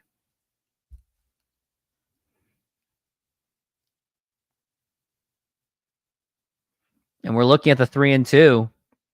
And now the pitch. And that is going to be ball 4, take your base. And Chargois is now going to have a man on first base. And I wonder if Scott Service is going to be coming out. And I don't think it's a good idea to bring him out. It was just, yeah, he got lucky, but let him finish the inning so you don't burn through your bullpen. Got the battle of great closers in Munoz and Diaz. And now here's the pitch. And now that is popped up to right field, and that should do it. And Haniger makes the catch, and that is going to retire the side. We go to the bottom of the 6th inning. It is still 3-2 Tigers. And we'll be back after a word from our sponsorship. SoFi is an online bank and a personal financing company offering financial diverse products. They hold the naming rights to the home of the Los Angeles Rams and the Los Angeles Chargers, named SoFi Stadium. They offer amazing checking and savings accounts where you can get up to 4.6% on savings accounts. There are no monthly fees to maintain the accounts, and they have over 55,000 no-fee ATMs around the United States. You even have access to a budgeting program, stock trading, and insurance programs. Join SoFi and get $25 for joining and or $25 for opening a stock trading account. Links are available in the description. And thank you. And lastly, I am not a financial advisor, so either find a professional financial advisor or go with your own gut. Yeah, do not go to me for financial advice, please. Do not do that. Do you cover Kraken games? I do not. I don't have the interest to cover hockey. I just don't. Hockey is just one of those where I just want to watch it just to enjoy it. I don't want to watch it and overthink all these things, like all these stats and like following the team so intensely. Like personally, I'd still rather go to a Thunderbirds game still to this day because I just like to watch some. I just like watching hockey for cheap. I'm not going to be invested in the NHL, and that just gives me too much to follow. In this channel, I follow mainly Major League Baseball, some football and basketball, and even World Cup soccer. So there you have it, Sid Rocks. And check out my channel some more. Like, take a look at my Mariners nostalgic content because I do have some Mariners nostalgia videos that you can take a look at. And we are back from the break. And you know what? Since I'm getting bored of showing off all these commercials, maybe I'll show you some of my softball highlights. And now here's the pitch to Robles, and that is a foul ball. And if he got that right, that would have went straight through the first baseman, and that would have been a single. It could have been a bunt double, which would have been very impressive. I did like the effort by Victor Robles because that's how you're going to beat this guy, is doing it by the small ball game. And now here's the pitch to Robles and the nice curveball, and that is going to be strike two. And Sid Rocks, hopefully we'll see you a lot more. And I'm glad that you also are subscribed to the Trident podcast. And a swing and a miss. It went from a really good bunting attempt, and then he didn't swing, fine. And then he made a ridiculous swing like he's trying to hit home runs. Like, there's something about, it's a coaching problem. It's not a marine layer problem. It's a coaching problem. So they got to figure out a way. Now, here's the pitch to Rosarena. Surprisingly, he didn't swing at that one, and that is going to be a ball. Ball one so far. Now, here's the pitch, and that is going to be low for a ball. I'd wonder if Rosarena is going to be the number 2 batter, and then you're going to have Julio as a third whenever he's back.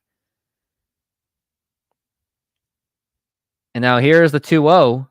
And inside that nearly got him, and that's going to be a 3-0 count. I'd say take the pitch, even though it's probably going to go right down the middle by Scooball. And now here's the pitch again. And that is going to be a strike. Rosarena thought he was going to get a walk, and now at this point, you just do what you got to do. If it's anywhere good for you, you got to swing at it. Rosarena's got that little markings on his jersey due to that diving catch attempt, which didn't really work out, but the Mariners still got away with it, fortunately. And now here's the 3-1, and that is ball 4, take your base. And now we got a man on first base with 1 out, and now up to the plate is Cal Raleigh, and we're going to see if Cal Raleigh, I hope he can do it again. Let's hope he can get a home run or hit anywhere in the gap, or better yet, just walk and let Justin Turner do the job. Victor Robles is now 0 for 2. Rosarena 1 for 2. And now here's the pitch. And a swing and a miss. And you can tell he was going for that home run. And that is going to be strike 1 to Cal Raleigh. Mitch Garver's actually 1 for 2 as well. So he's actually played pretty well today. Leo Rivas has been useless. They got to get him out of there. And now the 0-1. And that's the thing. This whole chasing thing is all what they keep doing. It's just undisciplined batting. I mean, this is why we need a new manager or at least a new hitting coach, or at least get Edgar Martinez so he'll teach him how to bat better. But Edgar, I guess, got burned out he just wanted to enjoy retirement, which I don't blame him.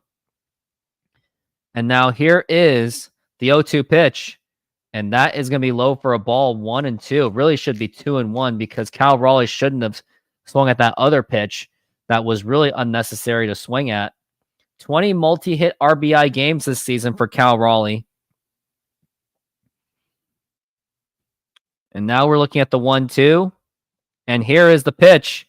And now here's a fly ball to deep left field. And that's going to be caught. I jinxed it. I did the Dave Sims hype. I blame myself for that.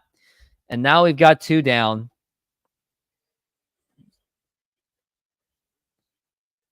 It was a beautiful swing. but it would have been foul anyway.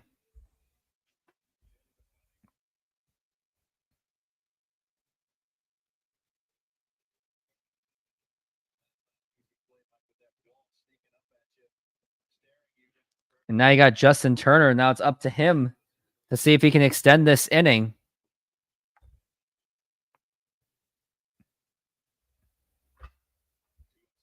The pitch. And that is up high for a ball. Scoop ball with a 99-mile-an-hour fastball. He has a terrifying fastball, to say the least.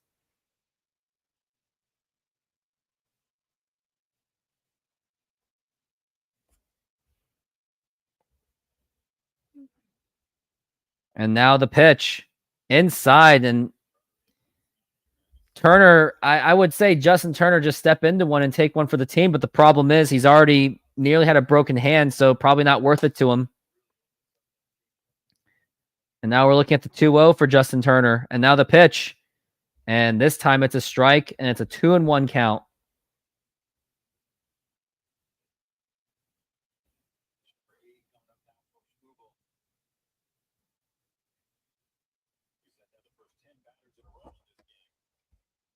And now we're looking at the 2-1, the pitch. And that's a 3-1 count for Justin Turner.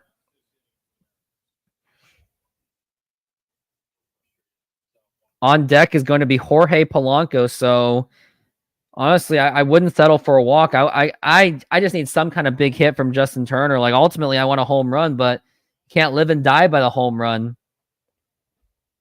And now the 3-1 pitch.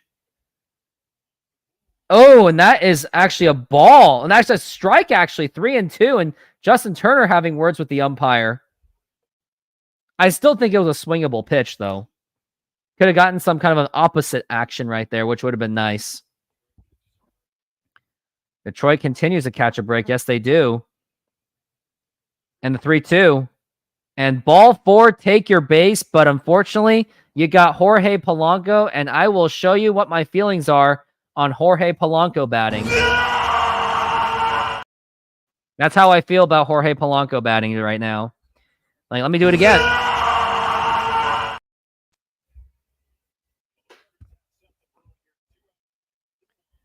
Two outs and 2 on. Jorge Polanco has an opportunity to not only extend this inning, but to also give the Tigers a lead. And Scooball is now at 82 pitches.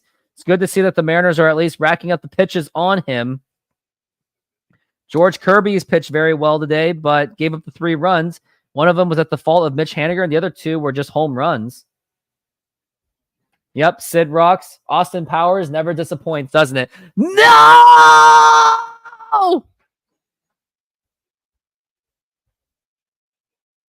Jorge Polanco is 0 for 2 with a flyout and a line out.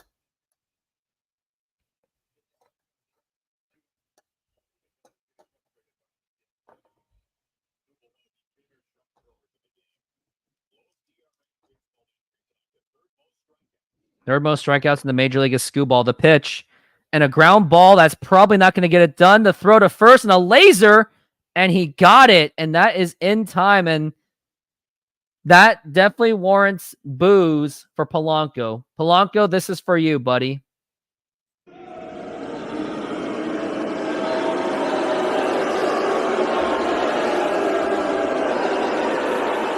If you're in T-Mobile Park, please boo the living crap out of him. All right, anyways, I'm going to move on to showing my softball highlights.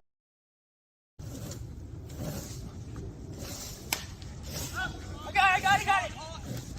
Nice. Let's go one.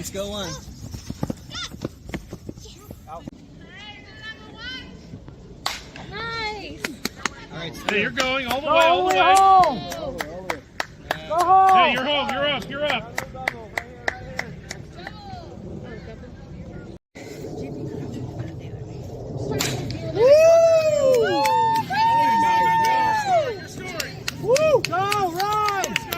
Keep going. Keep going. Yeah. Nice. Get it. Run hard. Nice.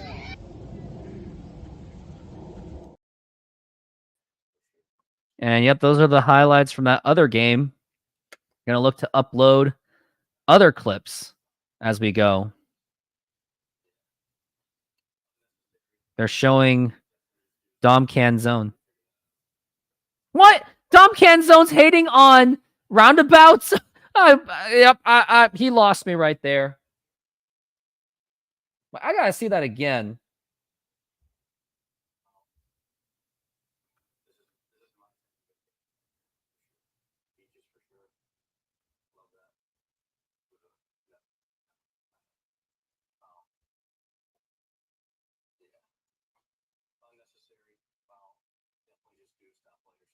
Stoplight? Are you crazy?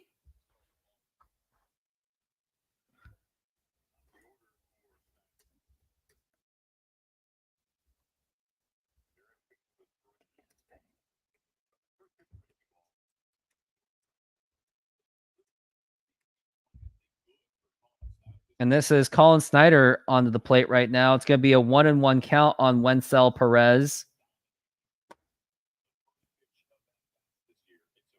And now here is the pitch. And now here's a fly ball to right field. And Mitch Haniger is going to be there. And he makes the catch. Random, are you for or against first pitch swinging? Bad at bat by Polanco. Just walked 2 hitters and swings for first pitch. Yeah, easy to say because Polanco is just flat out useless. Just like Canzone, because he says he's against roundabouts.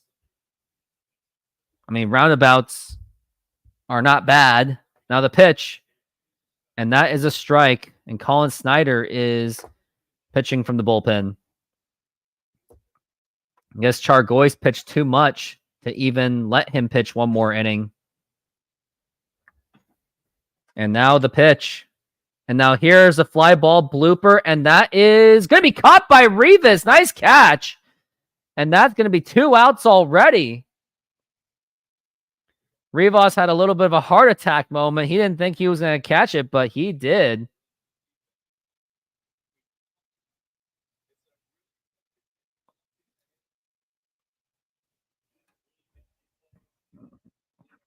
Mariners have got to find a way to get out of this inning, and then hopefully they can rally. And now the pitch. And that is a strike.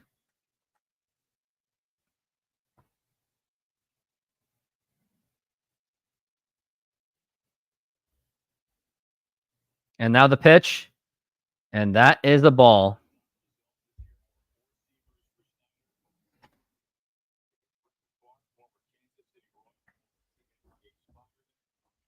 Matt Vierling is up to the plate. And now the pitch. And that is a strike, and that's going to be a 1-2 count.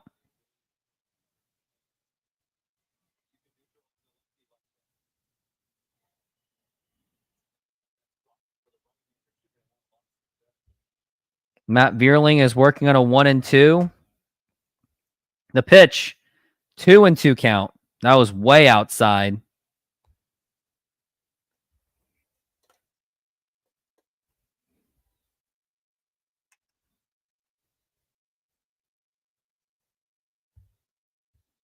The 2-2 pitch. And that is going to be a foul ball.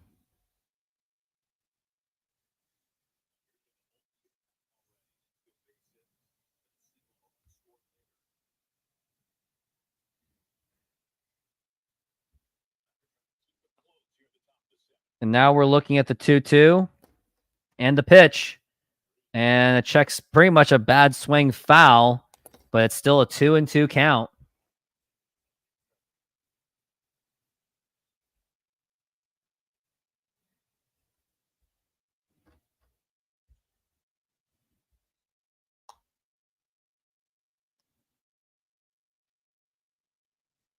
Now the 2-2 pitch. And now here is a fly ball popped up. And that's going to be Justin Turner who makes the catch. And that will retire the side.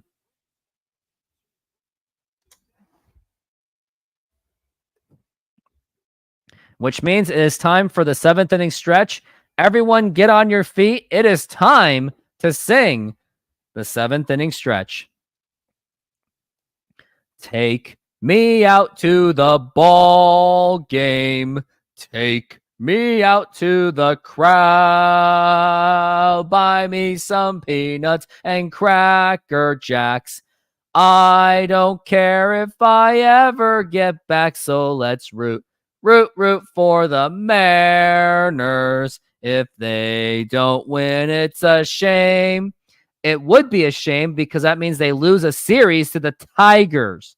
For it's 1, 2, 3 strikes, you're out at the old ball game.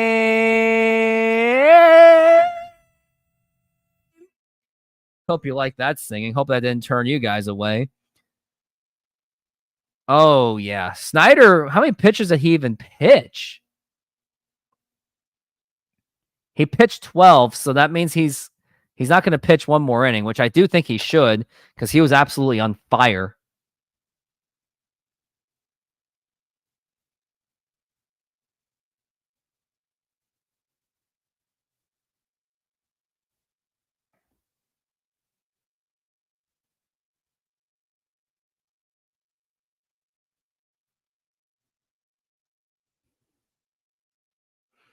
And we are back from the break, and we are in the bottom of the 7th inning.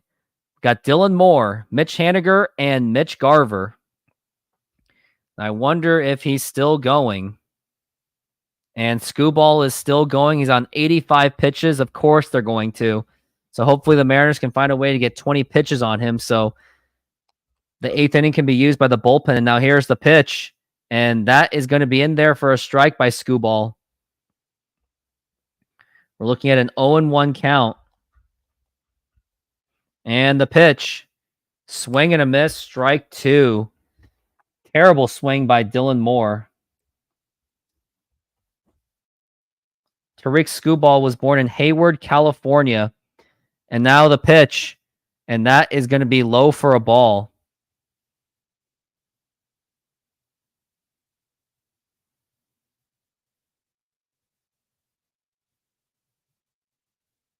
And now here's the pitch.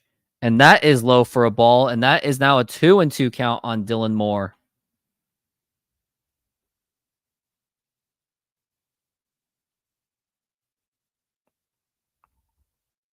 And now the 2-2.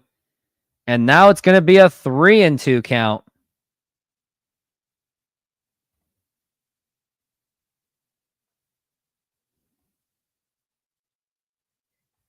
Haniger is on deck.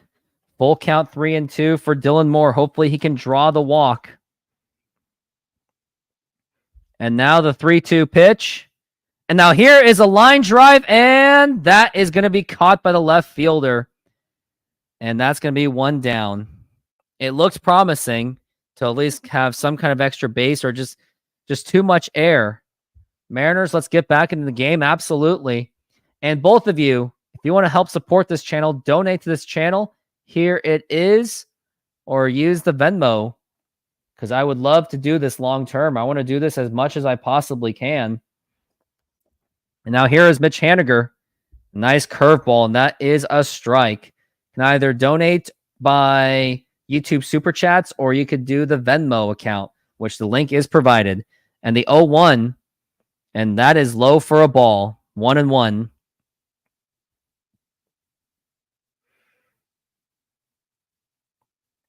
One and one so far for Mitch Haniger. And now the pitch. What was that? Just these terrible chases. A 1-2. That he didn't have to swing at that. And now you just put yourself in a 1-2 hole. Got nobody on base. And another bad swing like that, or a no swing in the strike zone, it's going to be 2 outs already. Jimmy Garcia is on the bullpen right now. The 1-2. And that is low for a ball. 2-2 for Mitch Haniger. It really should be 3-1. Mitch Haniger is 0 for 2 with 2 strikeouts. He's batting .208 11 homers, and 38 RBIs. And now we're looking at the 2-2 and the pitch. And that is a foul ball. Scoop Ball is approaching 100 pitches. Very likely that this could be his final inning, and I hope it is. Or they can just pull him out right now. But that's if Mitch Haniger does something special. Now the 2-2 and a foul ball. He's fighting it once again. Last 7 games, Haniger's been batting .286 with 2 home runs, 3 RBIs, and a .946 OPS, and they do have someone in the bullpen right now. He is just getting warmed up. And the 2-2 and a foul ball once again. Mitch Haniger is continuing to fight it off.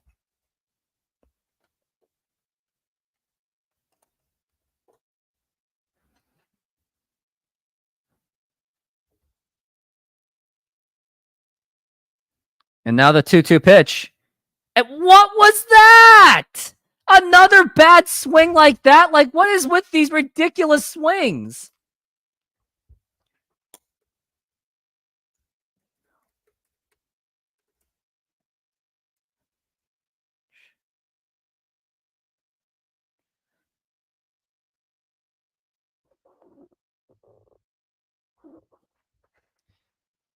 And now here is Mitch Garver. And that is going to be a ball.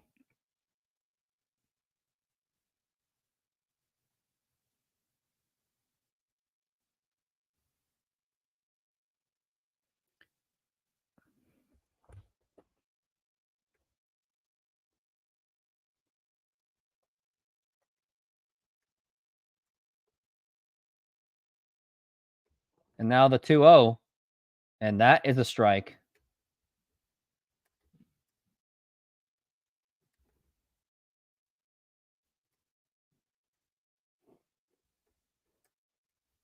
And now the 2-1. And that is going to be a strike.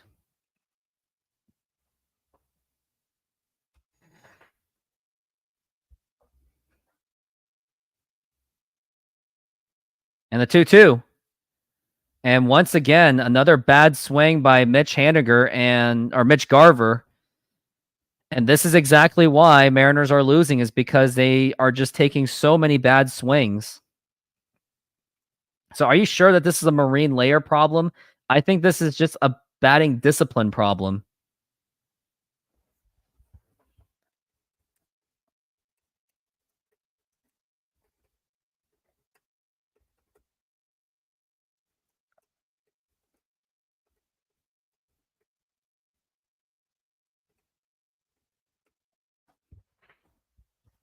Mariners offense is not having a marine layer problem. They are having a plate discipline problem.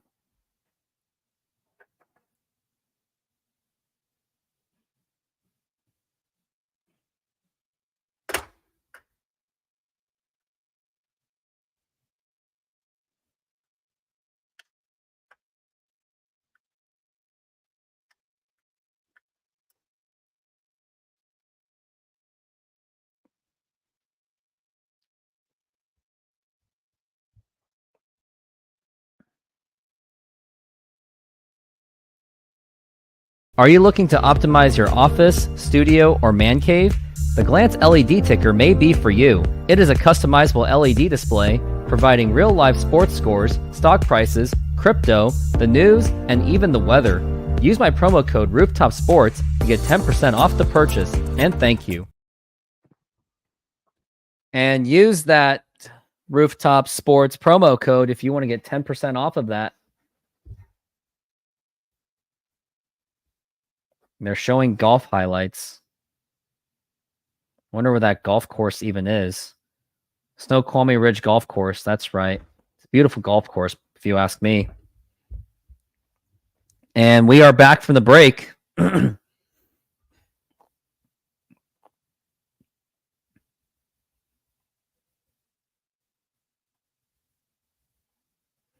And tomorrow I'm going to be with Swing for the Fences for my morning show.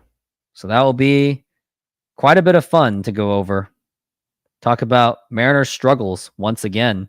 Hopefully they win this game so they don't lose another humiliating series to another bad team. And now here's the pitch. And that's Austin Voth now on the mound. And I really think you should just kept Colin Snyder one more inning. I don't know. Voth got a 3.15 ERA, 45 strikeouts. And now the pitch. And that is going to be popped up. And Rivas is there. He makes the catch. And that's going to be one down. I would like to see Rivas get pinch hit because he's not going to get it done. So if they get a righty in there, that means Josh Rojas will probably be the pinch hitter. And now we've got 2 pitches in for Voth, 1 out. And the pitch. And that is a ball.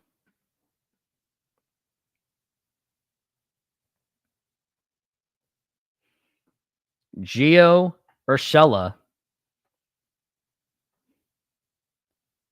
And now the pitch. I think Bliss is not even on the lineup. Not even in the he's not even playing. I think he's still in the minors right now. And now the 1-1. Swing and a miss, strike 2. The 93-mile-an-hour fastball.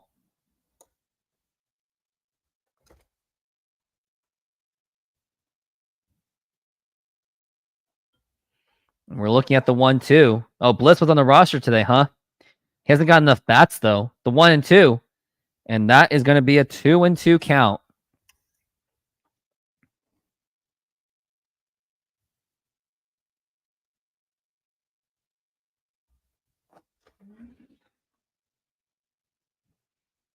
And now we're looking at 2-2. The pitch. And that is going to be a ball. Mitch Garver tried to frame job that, but did not work out.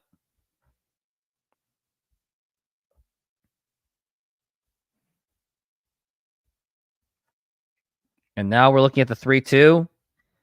And here is the pitch.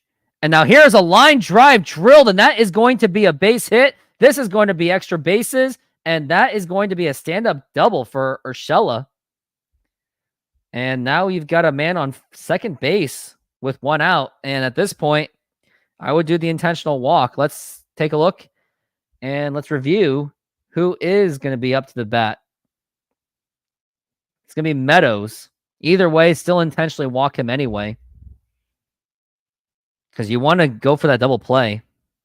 Hopefully ground into a double play.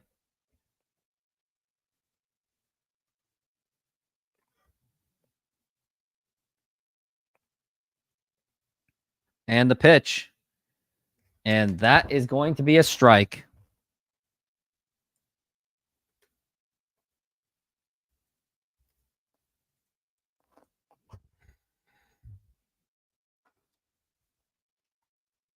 And now the pitch. And a swing and a miss, strike 2.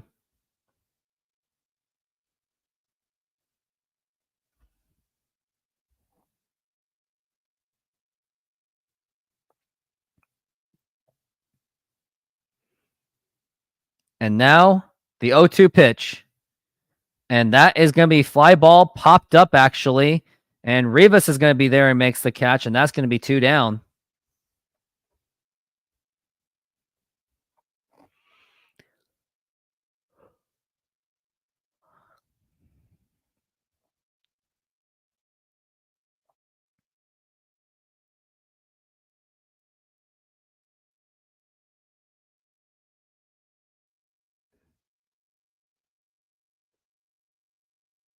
And now the pitch.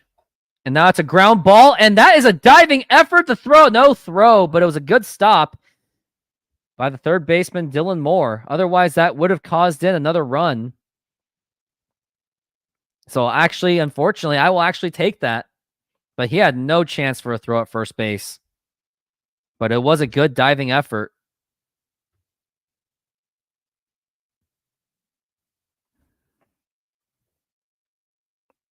And he didn't really have much of a chance to get to third base either. Or maybe he could have if he dove for it. Who knows?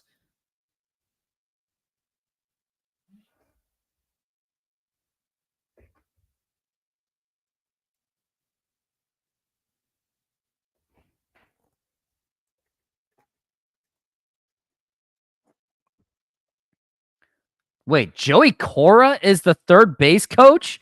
He really let himself go. Can't believe that's Joey Cora at third base. He's not exactly in the best shape I've seen. It's funny that's Joey Cora.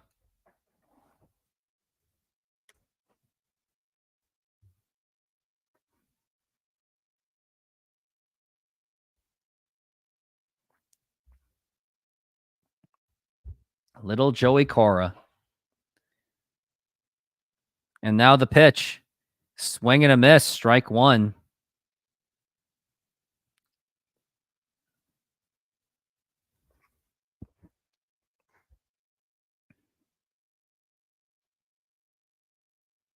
And we're looking at the 0-1. And the pitch. And that is going to be a 1-1 count.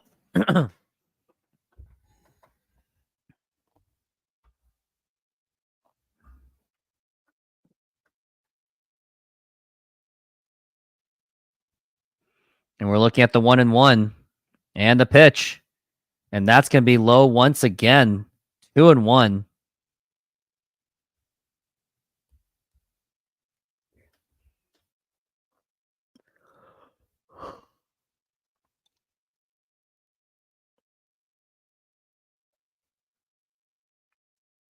And now the 2-1 pitch and a 3-1 count. Especially with a man going to second base, stole the base. It's almost like, do you just walk the guy and just have the bases loaded so you can maximize your force outs? I don't know.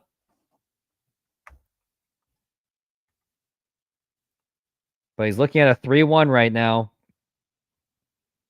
And here is the pitch. And a swing and a miss, strike two. And if I were the fans, get up and after it. Fans are not even standing up to cheer, but I would.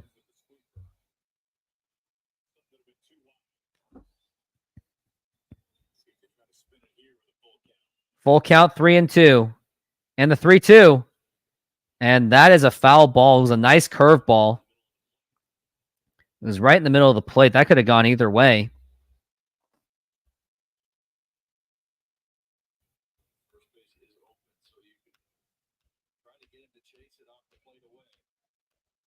And we're looking at the 3-2.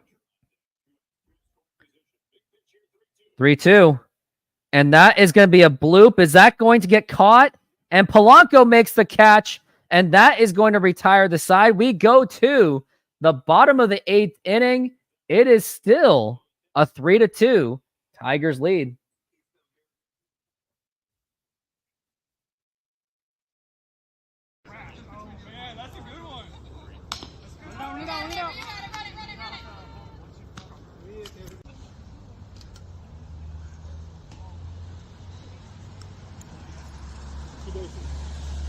Why do you like him? Because he gets on base.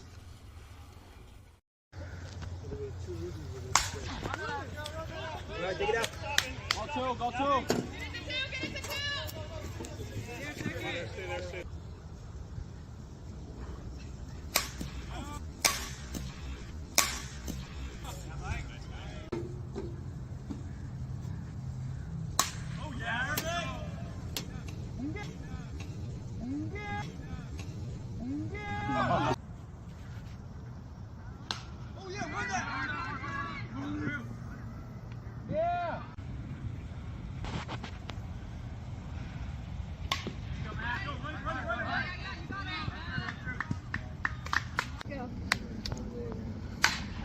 Go.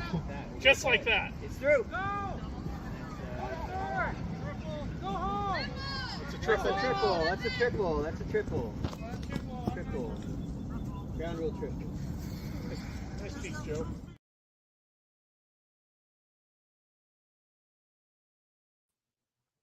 Why do everyone hate roundabouts so much?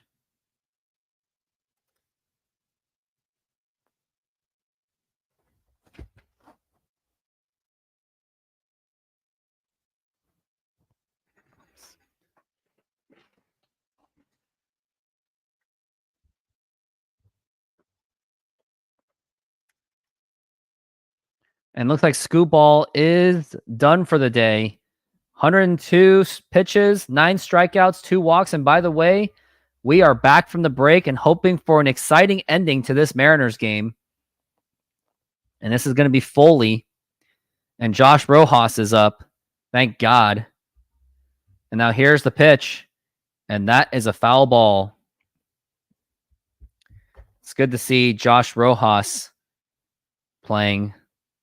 And if this game goes any longer, maybe Luke Raley will get into this game as well. Rojas is batting .241 with 6 home runs and 23 RBIs. And now here's the 0-1. And that's going to be a 1-1 count this time.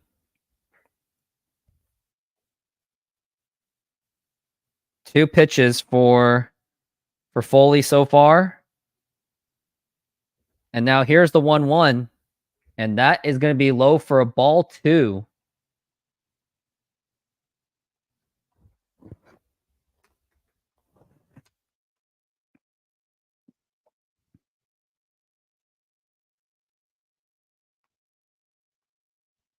And now here's the pitch. And that is a foul ball.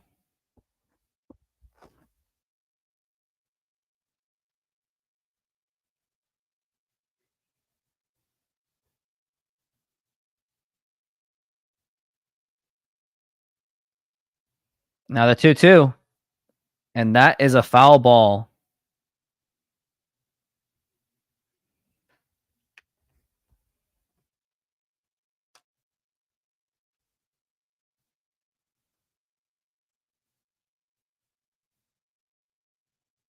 And the 2-2 pitch.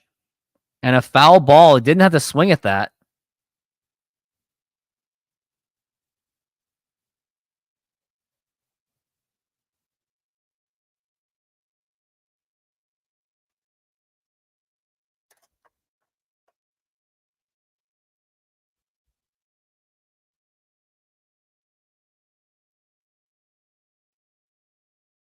And now the 2-2. And a swing and a miss, strike 3. It's all these ridiculous swings. Jeez. I mean, matchup doesn't really matter when you just have bad swinging.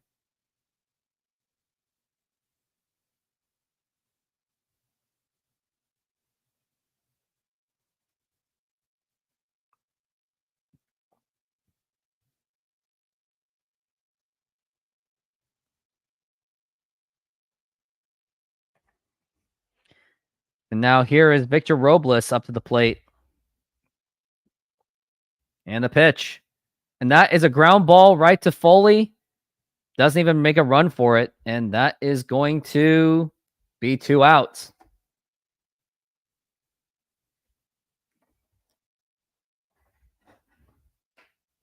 And now here is Randy Arozarena. Has an opportunity to make a big hit. And the time for a big hit is now. The swings and misses is so much ridiculousness. And now here's the pitch. Swing and a miss.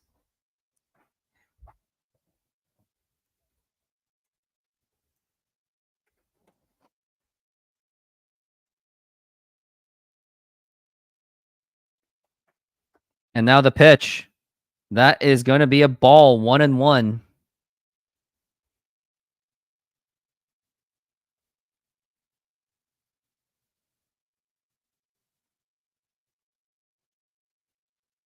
The 1-1 and the pitch.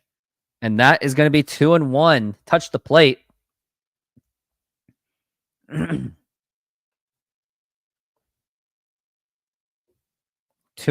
for Randy Arozarena. He's ahead of the count. He did walk previously. And now the pitch. And that's going to be a 2-2 strike. Oh man, you sold me out. Okay, how about this? How about you watch it at the same time, buddy? But thank you for being on the show. And now the 2-2. And that's a ground ball foul. Mariners, what are you doing? They're failing me. That's what they're doing.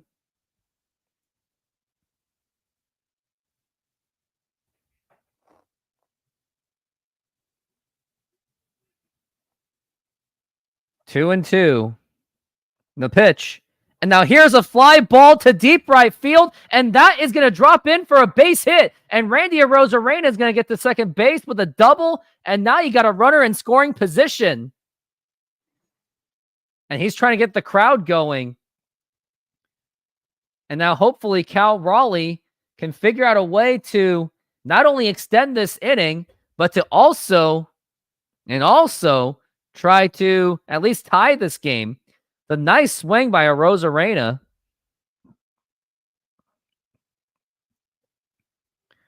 And he ran so quickly that his helmet fell off too. That was the other funny part of this. Now Cal Raleigh on his strong side, the left-handed side. Now here's the pitch. And that is going to be a strike. It did miss the strike zone, and this umpire's been off, but I don't care. The umpire didn't tell the Mariners to make bad swings.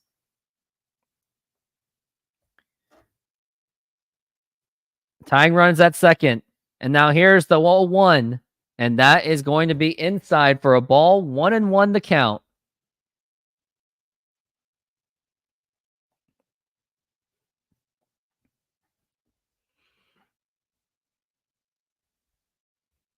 And now the 1-1.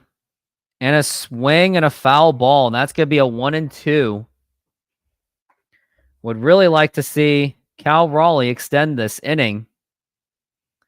At least tie this up. You got to do something. You got to be the hero, Cal.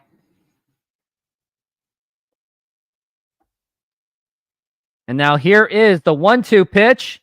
And now here is a fly ball to deep right center field. Is that still going? And he makes the catch, and that is robbing the home run. What a catch by the center fielder. And that is going to retire the side, and he is just absolutely overjoyed. I thought that could maybe carry it, but nope. Robs the home run. I have to give it credit that it was a catch. A great catch it was. Robbing the home run. And of course, Mariners have to be robbed of amazing hits. Oh boy. I really thought there was a chance. Cal Raleigh is, and this is where the Marine layer excuses are going to be happening. LLKN sounds like you're a Tigers fan. I'm gonna do this right now. SeatGeek is a mobile ticketing app for sporting events, concerts, and other events. They make the buying experience easier by the app ranking each ticket from 0 to 10 to see if you are getting a good deal, and you can see exactly where you are sitting. I regularly use that app, and I have had nothing but a fantastic experience with SeatGeek. Use my promo code Rooftop Sports to get $20 off of your first purchase. Link to the code, app, and website will be in the description, so take advantage, and thank you. SoFi is an online bank and a personal financing company offering financial diverse products. They hold the naming rights to the home of the Los Angeles Rams and the Los Angeles Chargers, named SoFi Stadium. They offer amazing checking and savings accounts where you can get up to 4.6% on savings accounts. There are no monthly fees to maintain the accounts, and they have over 55,000 no-fee ATMs around the United States. You even have access to a budgeting program, stock trading, and insurance programs. Join SoFi and get $25 for joining and or $25 for opening a stock trading account.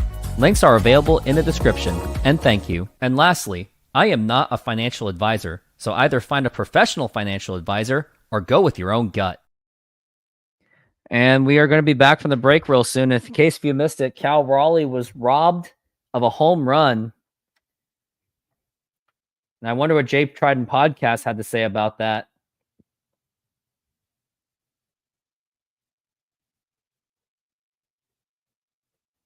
I don't even know what he said.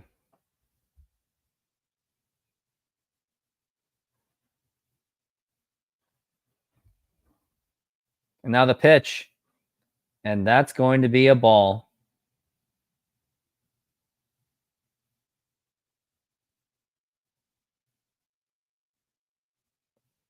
And then this is this is Jonathan Hernandez is pitching. And now here it is. And that is a strike. I wonder if they're using him, Hernandez. I wonder if they just threw this game because of it. Because of how the game has been going, because of that robbed home run, the pitch. And that is a swing and a miss by Jake Rogers, and that is going to be a 1-2. Definitely a lost opportunity from the Mariners from the last time. Now you got Justin Turner, Polanco, and more, and that's not exactly how you want to go into the 9th inning. And now the 1-2, and that's going to be low for a ball. 2-2. Got 9 viewers so far on this show. Jared Kelnick hit a home run, if you're wondering what's going on, if you care enough. And now the 2-2 pitch. And that's going to be missing it for a ball. Now it's going to be 3-2.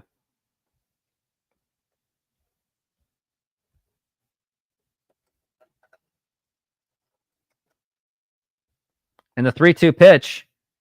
And that's going to be ball 4, take your base.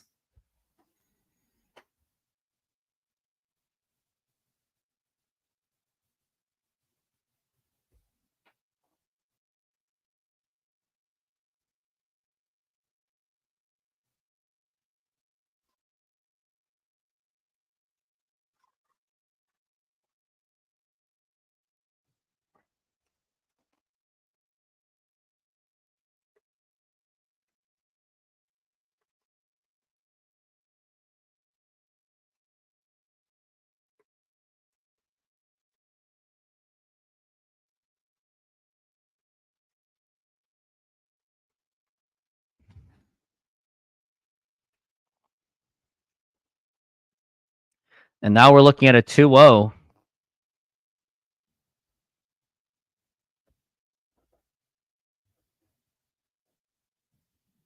Maybe Hernandez shouldn't have been pitching. You should have put in like Jimmy Garcia. Now you're just going to wreck every bit of confidence on the offense.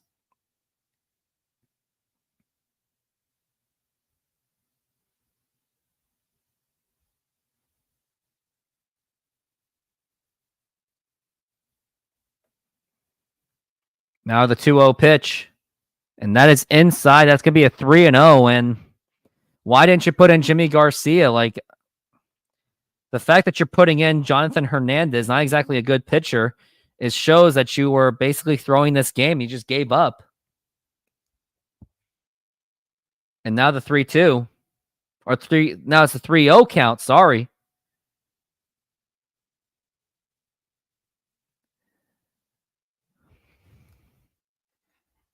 I gotta put this in the fact that Scott Service put in Jonathan Hernandez over Munoz or Garcia shows that he's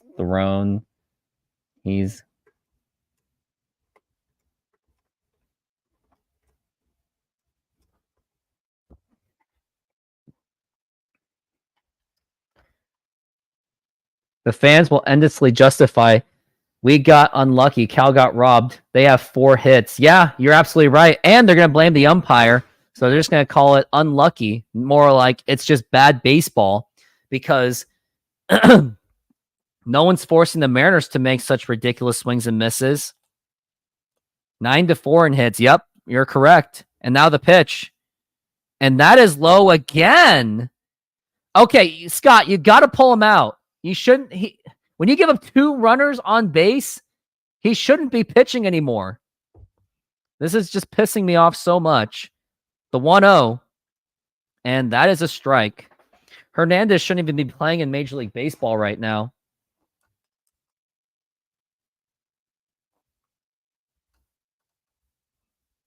And now we're looking at the 1-1. Finally got a strike in the pitch. And he misses it again. And with no outs, you just got to stop. You got to pull this guy out. He's like pitching exactly like Jose Mesa. Hernandez should not be pitching right now. Someone please change my mind. This is horrible bullpen management decisions. Now here's the 2-1. And now here's a fly ball to deep left field. Arozarena going back and he makes the catch. And that's going to be 1 down. And runner goes to third base. They both advanced. I mean, Now you can walk. Yeah, flick of the switch. I've been saying it for years, and nobody listened to me. They all kept jumping to conclusions going, oh, how dare you say that about Scott Service? You're not a true fan. It's like, no, I'm just pointing out the truth. That Service is just not a good manager. He just isn't. The pitch.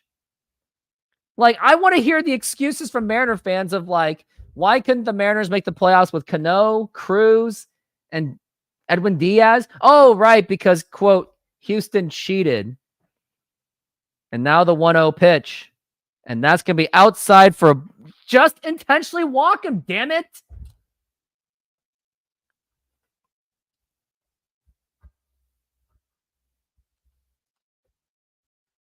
Like, you're not putting any confidence for your own team. Now, here's a 2-0. And now he finally gets a strike, and that's a 2-1 count. Mariners cannot find ways to lose to the Tigers. Like, they are in danger of getting swept. And I really hope it doesn't happen, but it's very likely that it could happen. And we're looking at the 2-1 from Matt Vierling. And now the 2-1 pitch. And now here's a ground ball, and that's going to get right through for a base hit. And that is going to be a 4-2 game. And this is exactly where this game is. This game might have just been over. Like, it all started with Jonathan Hernandez playing. Like, Scott Service really did not have to put him in there. Like, why didn't you put in Munoz or Garcia? He just hands them extra runs.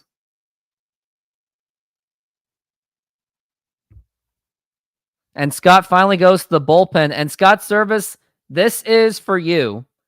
This is exactly for you.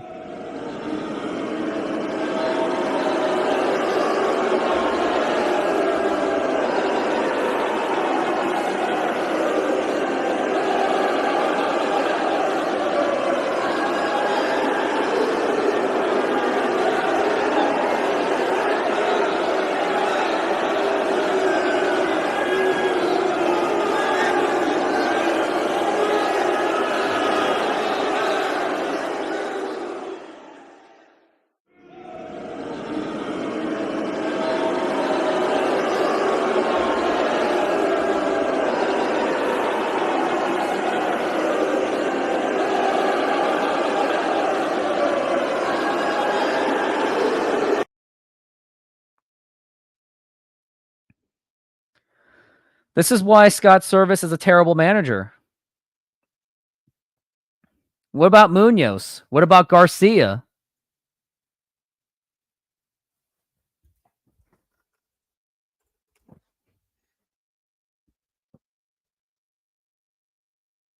Like, the Mariners were very much in this game, and now you just drained every bit of confidence.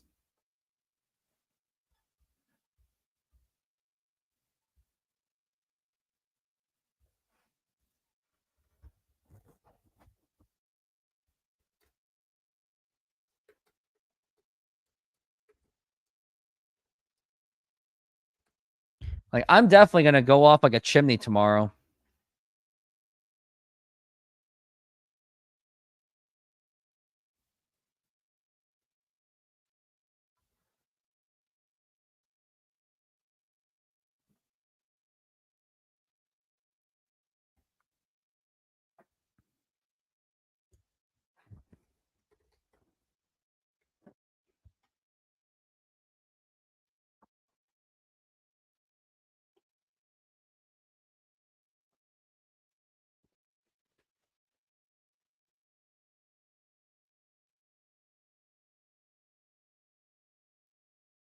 I'm just unspoken right.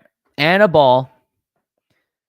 Like, I almost don't even want to call this game anymore. That's how bad I feel about this game.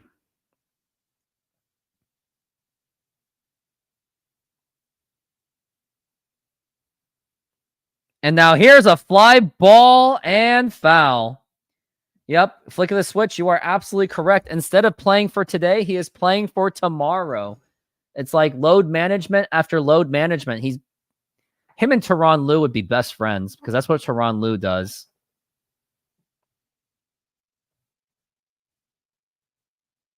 And now the pitch. And that is a foul ball.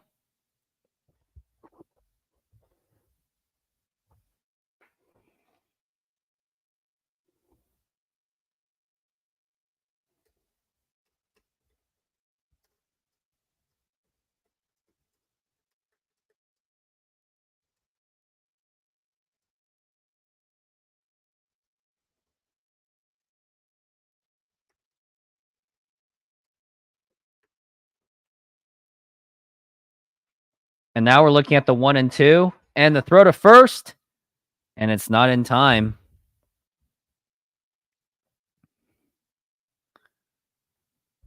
Scott Service after that. I mean, even with that robbed home run, it still shouldn't have been an excuse to just put in the worst bullpen and a swing and a miss, strike 3, and that is going to be 2 outs.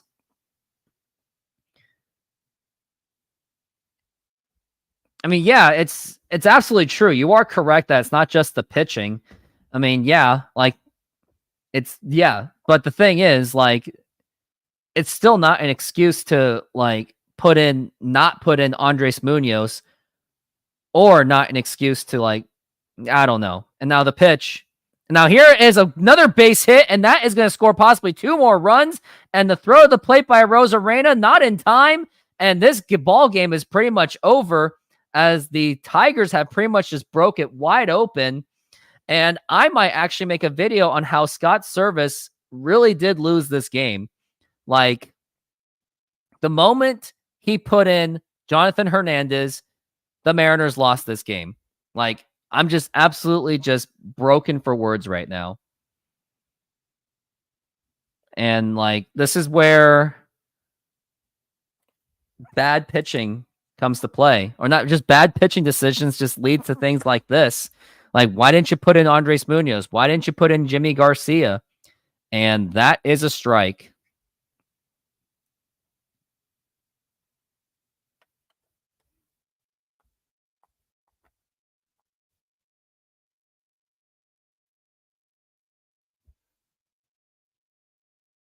And now the pitch.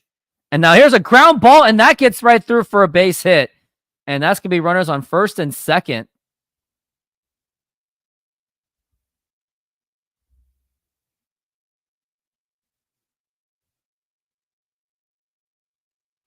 I watched the Padres win like 10-9. Imagine how much fun that would be. This team is watching paint dry. But I'm just glad how do we lose to the Tigers of all people? I mean, Tigers at least have a promising young team. But the more baffling was when they got swept by the Angels out of all teams. Like, how has this not gotten Scott Service fired? Like, just by putting in his 2 worst bullpens in the game, in the Mariners, how does that not get him fired? On a 3-2 game, it was very close and competitive, and you put in the worst pitchers. Like, why would you do that? Makes absolutely no sense. And the 0-2. And now here is a line drive, and that is going to drop in for a base hit. And a Rosarena is going to throw to home, the throw to the plate, and that is going to be in time. And at least you got the out, but that is going to retire the side. Last chance for the Mariners, but it is 6-2 right now. And I don't know how to really lift this one up. I can't find a way to put out the good vibes, because this ain't good vibes at all. Like, this was my reaction. This should have been my reaction. Like putting in Jonathan Hernandez was a horrible idea. Everyone should have known that.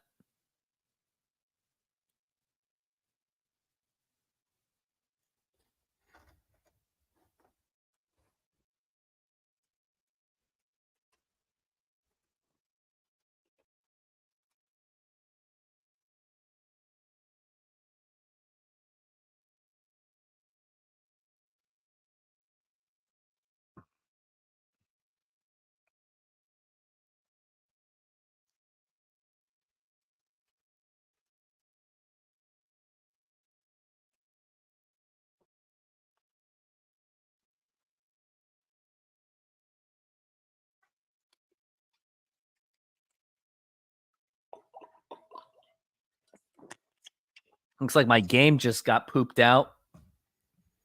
Hope I didn't lose the internet or anything like that. Got some more comments. People aren't realizing how bad this offense. Oh, wait, here is a Rosarena. Oh, wait, no, that was just People aren't realizing how bad this offense is. The Tigers have a much better offense than the Mariners. That's not the point. The point is bad decisions were just made.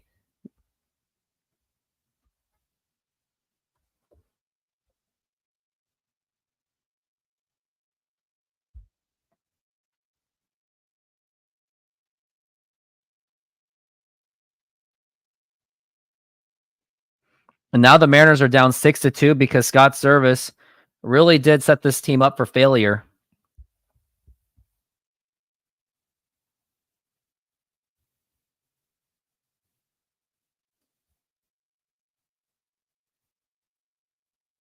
And Brian Hanifi is up on the mound, and here is Justin Turner, and that is going to be low for a ball.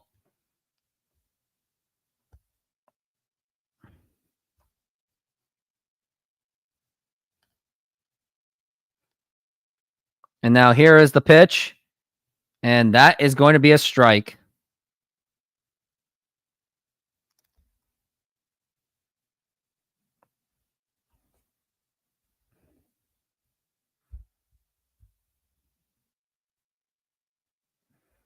And now here's the 1-1. And now here's a ground ball, and that's going to get right through for a base hit. I mean, just imagine if it was just 3-2. Imagine if Jimmy Garcia was the one pitching. It would have been 3-2. You have Justin Turner on first base. Would have given much more confidence to win this game. But now you're playing with absolutely no hope. Now you got the bottom of the lineup. You got Jorge Polanco up to the plate. He's not going to do much. And now here is Jorge Polanco. And now here's the pitch. Swing and a miss, and he was trying to be the hero. And that is strike one.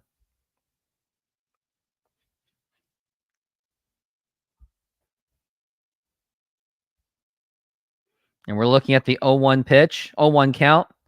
And now here is the pitch. And now here's a ground ball, going to be a double play ball. Throw to second, throw to first in time. And the Mariners are down to their final out already. And the Mariners are on the verge of losing the series and their division lead to the Houston Astros, because right now they are tied, and now they're on the verge of losing that division lead.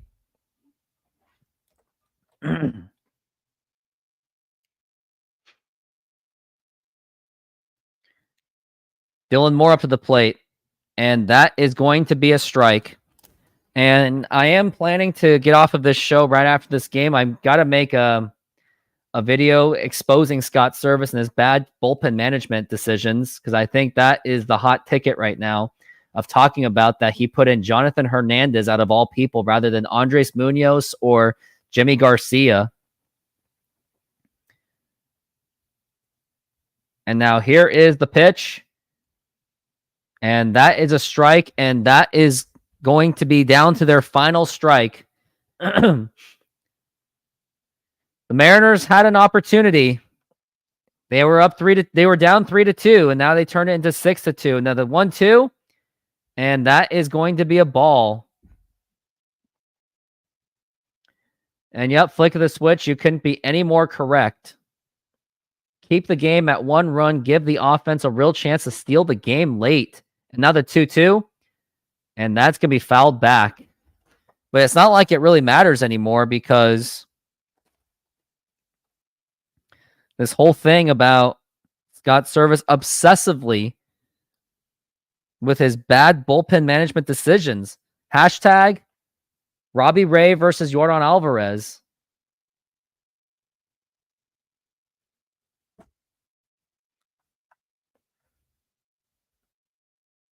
And now here's the pitch. And that is a swing and a miss, strike 3, and the ball game is over. The Mariners dropped the series and, of course, dropped this game, and they've dropped the division lead officially. Now they are down to the Houston Astros by a half game, and the Mariners have got to find ways to even at least win the final game of this series before they face the New York Mets, and that's not going to be an easy camper either. Going into Thursday, it is going to be Brian Wu, and the pitcher for the Tigers is undecided at the moment. So I am going to get off of this game. I'm going to be back for a live show tomorrow morning. So, I mean, Kevin Kirby, it was far beyond that. It was just bad offense with horrible swinging. And it was also just ridiculous amount of and bad bullpen decisions. Manager needs to go if we don't make the playoffs. Absolutely. He has his contract is up at the end of this season. And maybe I'm going to try something different, but I'm going to try this.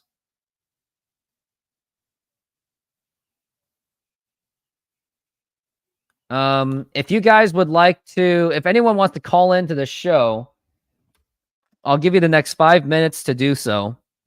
But I've got to write a script talking about the Mariners failing so badly. Probably going to go for a walk, or at least do the Cal Raleigh YouTube short, something like that. So if anyone wants to join this show, you are free to do so. But until then, going to play a quick ad from SoFi. SoFi is an online bank and a personal financing company offering financial diverse products. They hold the naming rights to the home of the Los Angeles Rams and the Los Angeles Chargers, named SoFi Stadium. They offer amazing checking and savings accounts where you can get up to 4.6% on savings accounts. There are no monthly fees to maintain the accounts, and they have over 55,000 no-fee ATMs around the United States. You even have access to a budgeting program, stock trading, and insurance programs. Join SoFi and get $25 for joining and or $25 for opening a stock trading account. Links are available in the description. And thank you. And lastly, I am not a financial advisor, so either find a professional financial advisor or go with your own gut. And the links will be in the description of this video, so go ahead and go to that if you want to open a new banking account or a stock account. But I think I'm going to take off. I know I said 5 minutes, but it looks like no one really wants to call into the show. Maybe I got to come up with something different to do something like that. But I mean, maybe I should wait until Scott Service gives his press conference, because maybe I want to see what exactly he says and what the media is questioning him about.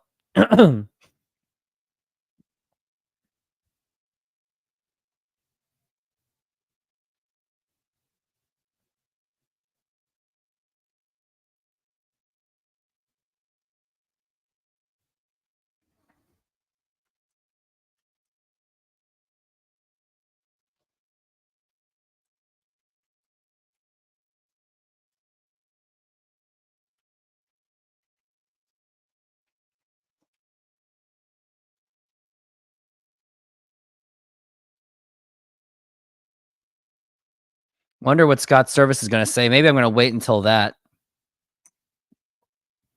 And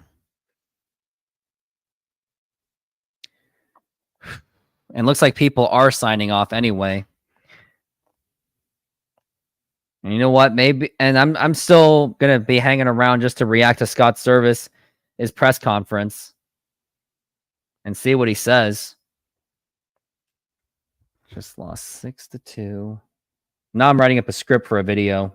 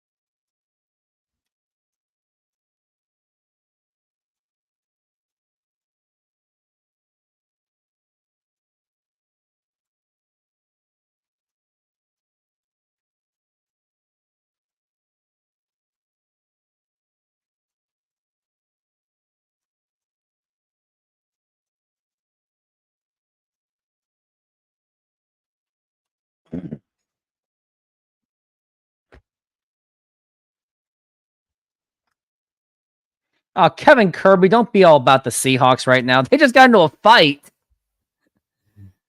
And DK Metcalf was part of it, so that's not good.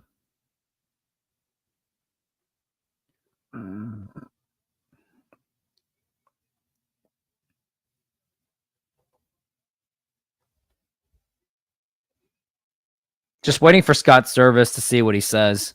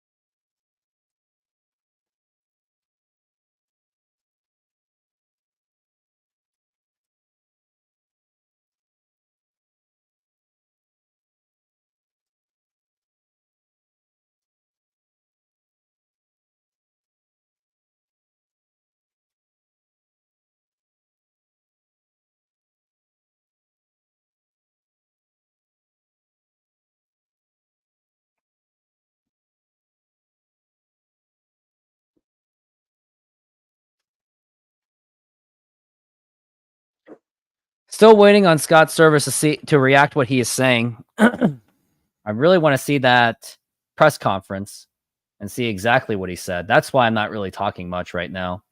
It's crazy to see, though, that I got 144 views for this show. Really appreciate it.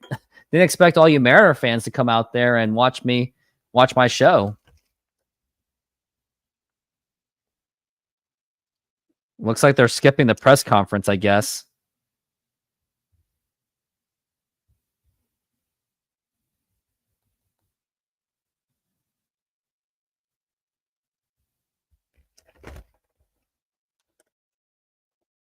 Looks like they're not going to do a press conference for Scott Service.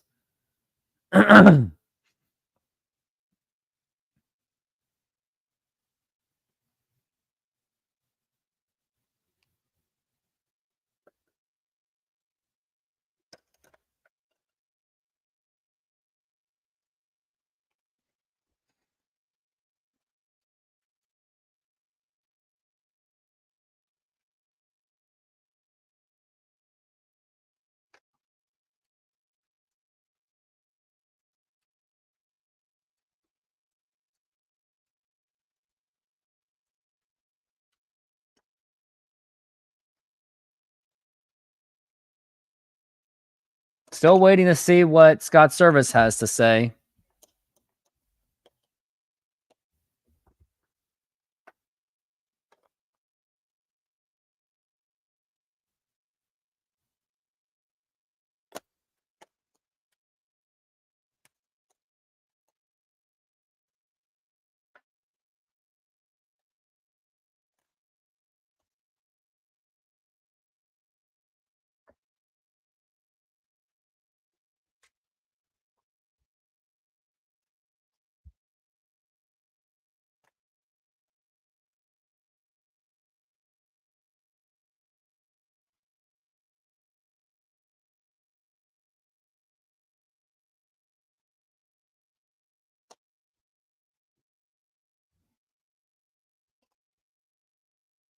I guess they're not going to talk about Scott Service at all.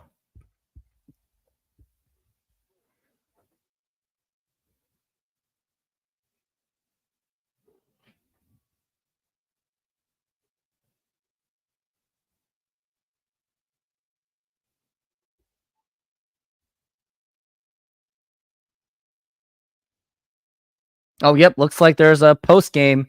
We're going to hear what Scott Service has to say. Looks like I'm going to... Let's do this.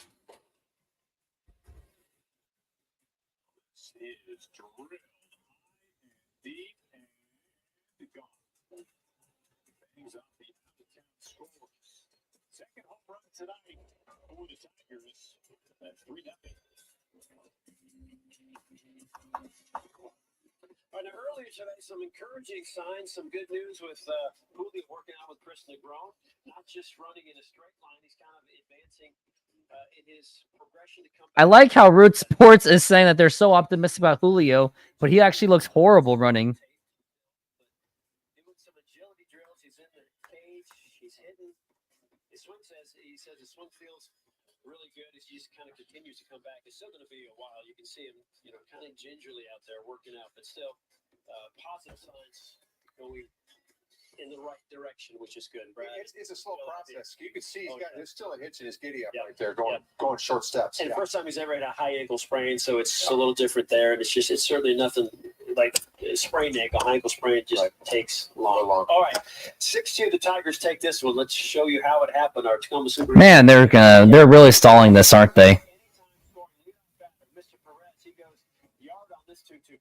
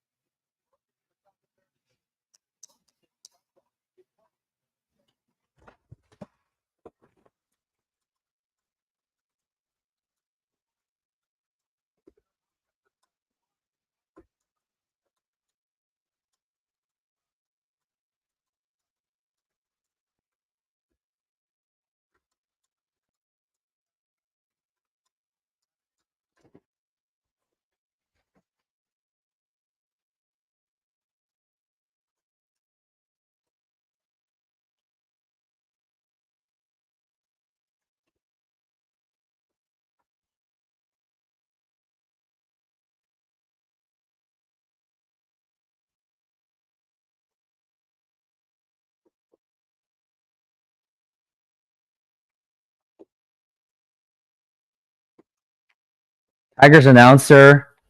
It's a little surprising that Andres Munoz didn't come into this game. Mariners play so many low-scoring games, and for them to treat this as a game and they don't. Wow. Tigers announcer actually said that? Wow. That's insane.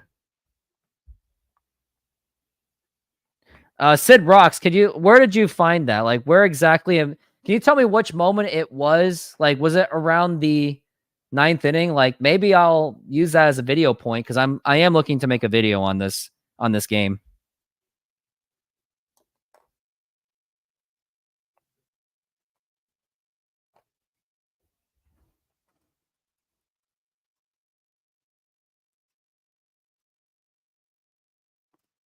Oh, here it is. A lot of really good pitching out there with George and Scuba matched up, and certainly, Scuba was right on top of this game, had all his pitches working, and George was, I thought his stuff was good, just maybe not as sharp as we're usually seeing him, and they put a lot of pitches on him early, so he wasn't able to get into the 6th inning or through it like he normally does. So it's one of those games where you got to keep it close. You hopefully come up with a big hit at the end of the game, and you win the game. And we did everything right. They just made a play. I thought the play that Meadows made and the ball that Cal hit. It happens in the major leagues once in a while. Cal did everything right. He put a great swing on a ball and smoked it. Wish he would have went about a foot farther, but that happens, and you got to give the guy credit. He made the play, but again, tough game. You're right there at the end. And it's going to come down to a big hit if you can keep it close. We did, and credit to the guys out of the bullpen early, did a great job to keep it there. But they made the play, and you do that at the big league level, you're going to win the game, and that's what happened tonight. So I'll take any questions. Off the bat, did you say Cal got enough to get it?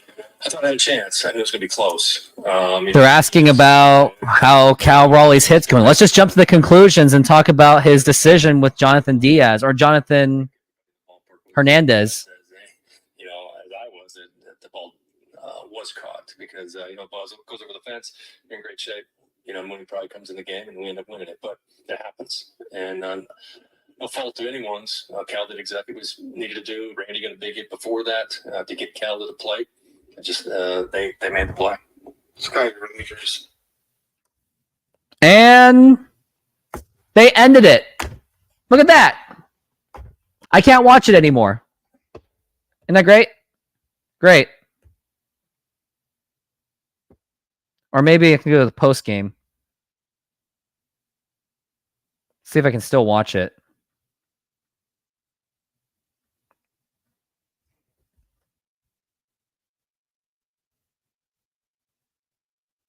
Had himself 3 hits. Next one. All right, still on this. Come on. This is why I hate the internet. Great job. Hernandez just did control the strike zone and it come back and bite us. Even the injuries he's had this year, going to be careful going 3 out of 4. So, if you start chasing games at this time of this season, you'll look up and you're going to have leads and he's not going to be available. You can't pitch guys 3 in a row. You're not going to pitch him. Earlier in the day, looking if we'd have tied it in the 8th, I think we're in a stretch of games right now. Where we're at, where how his season has gone. Do you want to keep him fresh, tied or up? He's in the game tonight, and those are the things. I'll take any questions. Off the bat, did you think Cal got enough together? I thought I had a chance. I knew it was going to be close. And he hit it so high. It obviously gave Meadows a chance to get back and kind of time his leap. And he made outstanding play.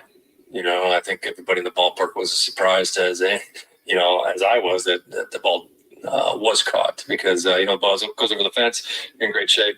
Mooney probably comes in the game and we end up winning it, but it happens. And no fault to anyone's. Cal did exactly what was needed to do. Randy got a big hit before that to get Cal to the plate.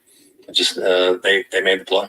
Sky relievers carried it till the 9th there, and then it all fell apart at the top of the 9th. We didn't see Yemi. Is he down? I didn't even see him play. No, he was up early. If we'd have tied it in the 8th, I think we're in a stretch of games right now. Where we're at, where how his season has gone. Do you want to keep him fresh, tied or up? He's in the game tonight. And those are the So you're acting like you're making the playoffs. And this series, the next series, kind of where we're at. If you start chasing games at this time of this season, you'll look up and you're going to have leads and he's not going to be available. You can't pitch guys 3 in a row. You're not going to pitch him. Even the injuries he's had this year, you're going to be careful going 3 out of 4. So, if we'd have tied earlier, he would have been in the game. It's just where we're at in the 9th. I thought the guys before Jonathan Hernandez did a great job. Did a great job. Yeah, he did a great job walking everyone. Even pretty steadfast. That's how you did it in the past too. When you're using Seawall and your leverage guys, you're not bringing them in unless you're tired or having a lead. It depends how much they've been used recently. Yeah. Right. And I think all that goes into the equation, and it's really great to say, yeah, just put it in the game. You're down by 1, and then it's just there's a lot that goes into it. Certainly understand everybody frustrated, but that's why everybody's got a job to do in the bullpen. Hernandez has been throwing the ball great. He just didn't throw strikes, and we gave him some free bases, and they took advantage of it. How challenging is it for you at this stage of the season, knowing that it's August and these guys have all been grinding and just constantly monitoring those workloads just from your vantage point? Yeah, we've got a lot of games to play. We certainly need everybody to contribute. Everybody's got to pull their weight. Get you 3 big outs, in a down game. That's what they're here to do. They're major league pitchers. They're certainly capable of doing that. So, again, it didn't go our way tonight. He needed to, like I said, everybody needed to do their job out of the bullpen, and we just came up a little bit short. So, got to get back after tomorrow. Got a big game tomorrow, and then, series over the weekend. So, again, frustrating. Everybody is that the ball was caught. And there's nothing you can do about that. They made a really good play. So George, we've seen him kind of reel it back in at times. He'll be let out of say the pitch count will get built up. He kind of finds something because he's got such a repertoire. He can go to something and get going, but he just never seemed to really get any traction in the game. I have to give their guys credit tonight. I thought they stayed on a lot of pitches. They fouled off pitches. They weren't chasing a lot of breaking balls early in the game.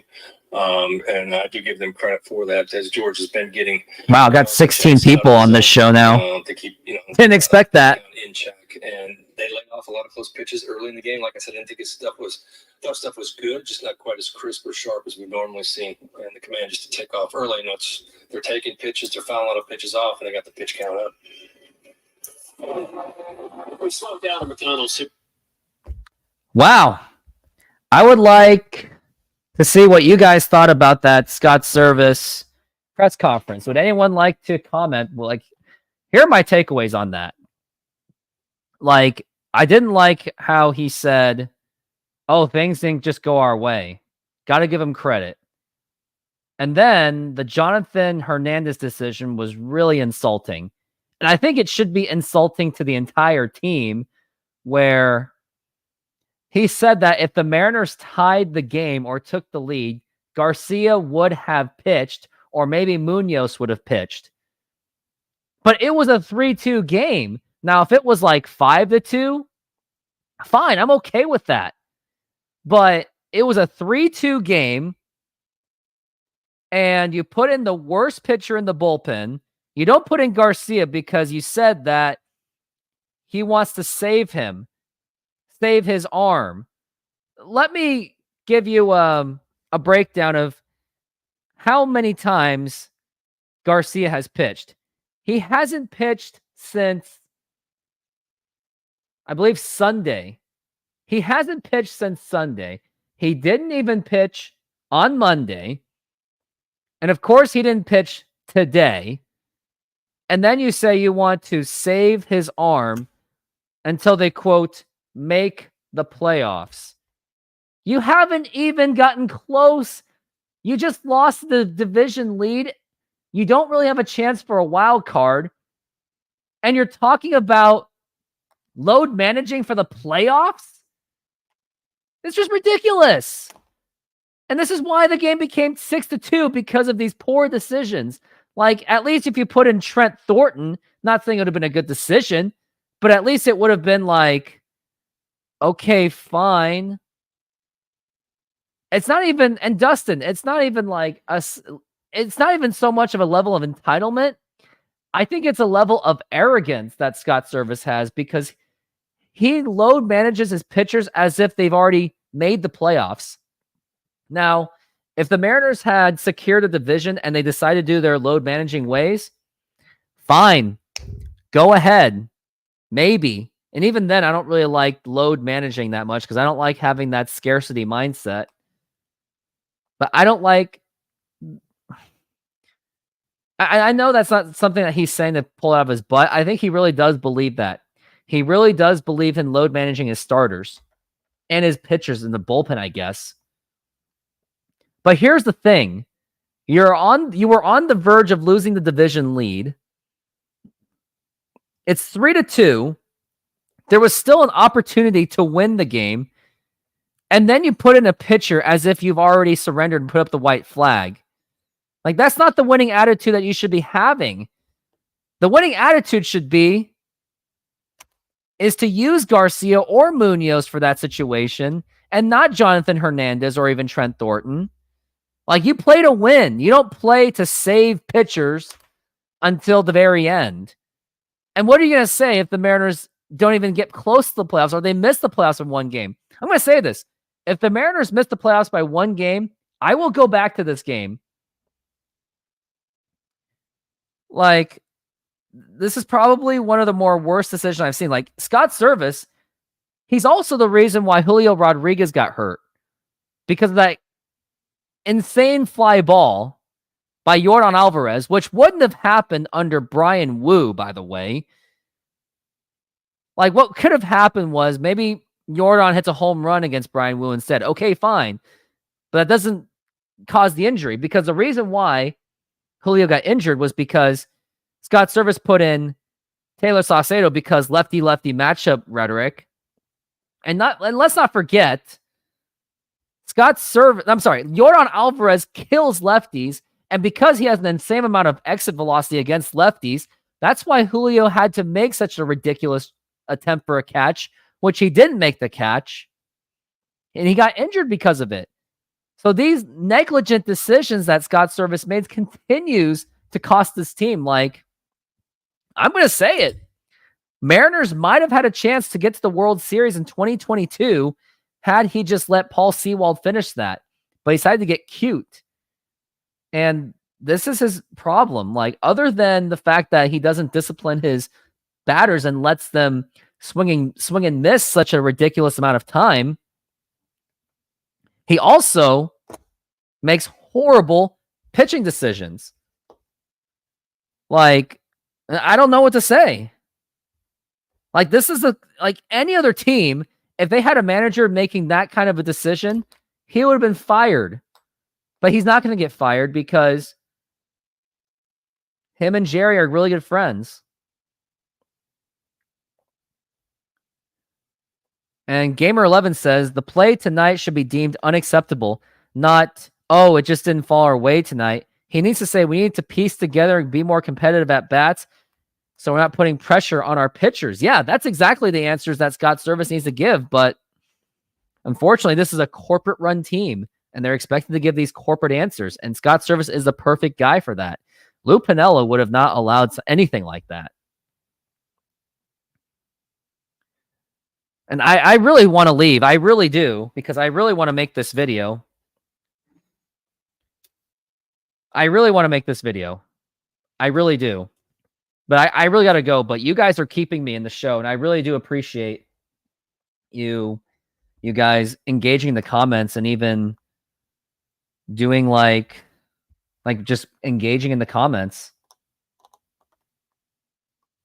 Yeah, like Lupin. Like, I remember Alex Rodriguez, as much as Seattle fans hate him, he still made a really good point that the Mariners' swinging approach is terrible, and Lou Piniella would have not accepted that.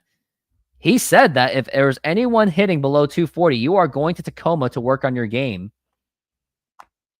And that's exactly what needs to be done. Like, I think the more and more this stuff like this happens, people are going to call for Scott Service to be fired. Like, I really want to hear the likes of, like, Mariners Mojo and, like, how they feel. And I said this in the tweet.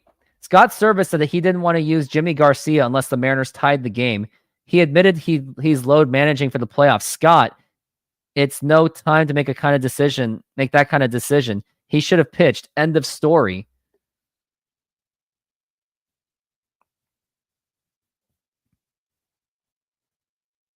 Like, it's not even the Parker Meadows robbing home run. I think that's the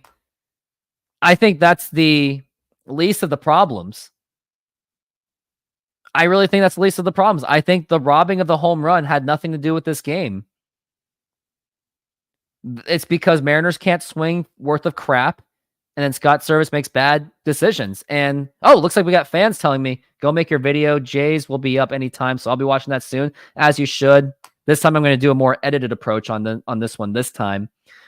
Well, looks like you guys have given me the permission to leave, even though I'm the one that should be making that decision. But I love this engagement from the fans, which is why I do these live shows, because I want to build a community where fans are allowed to say any comments. And here's the thing.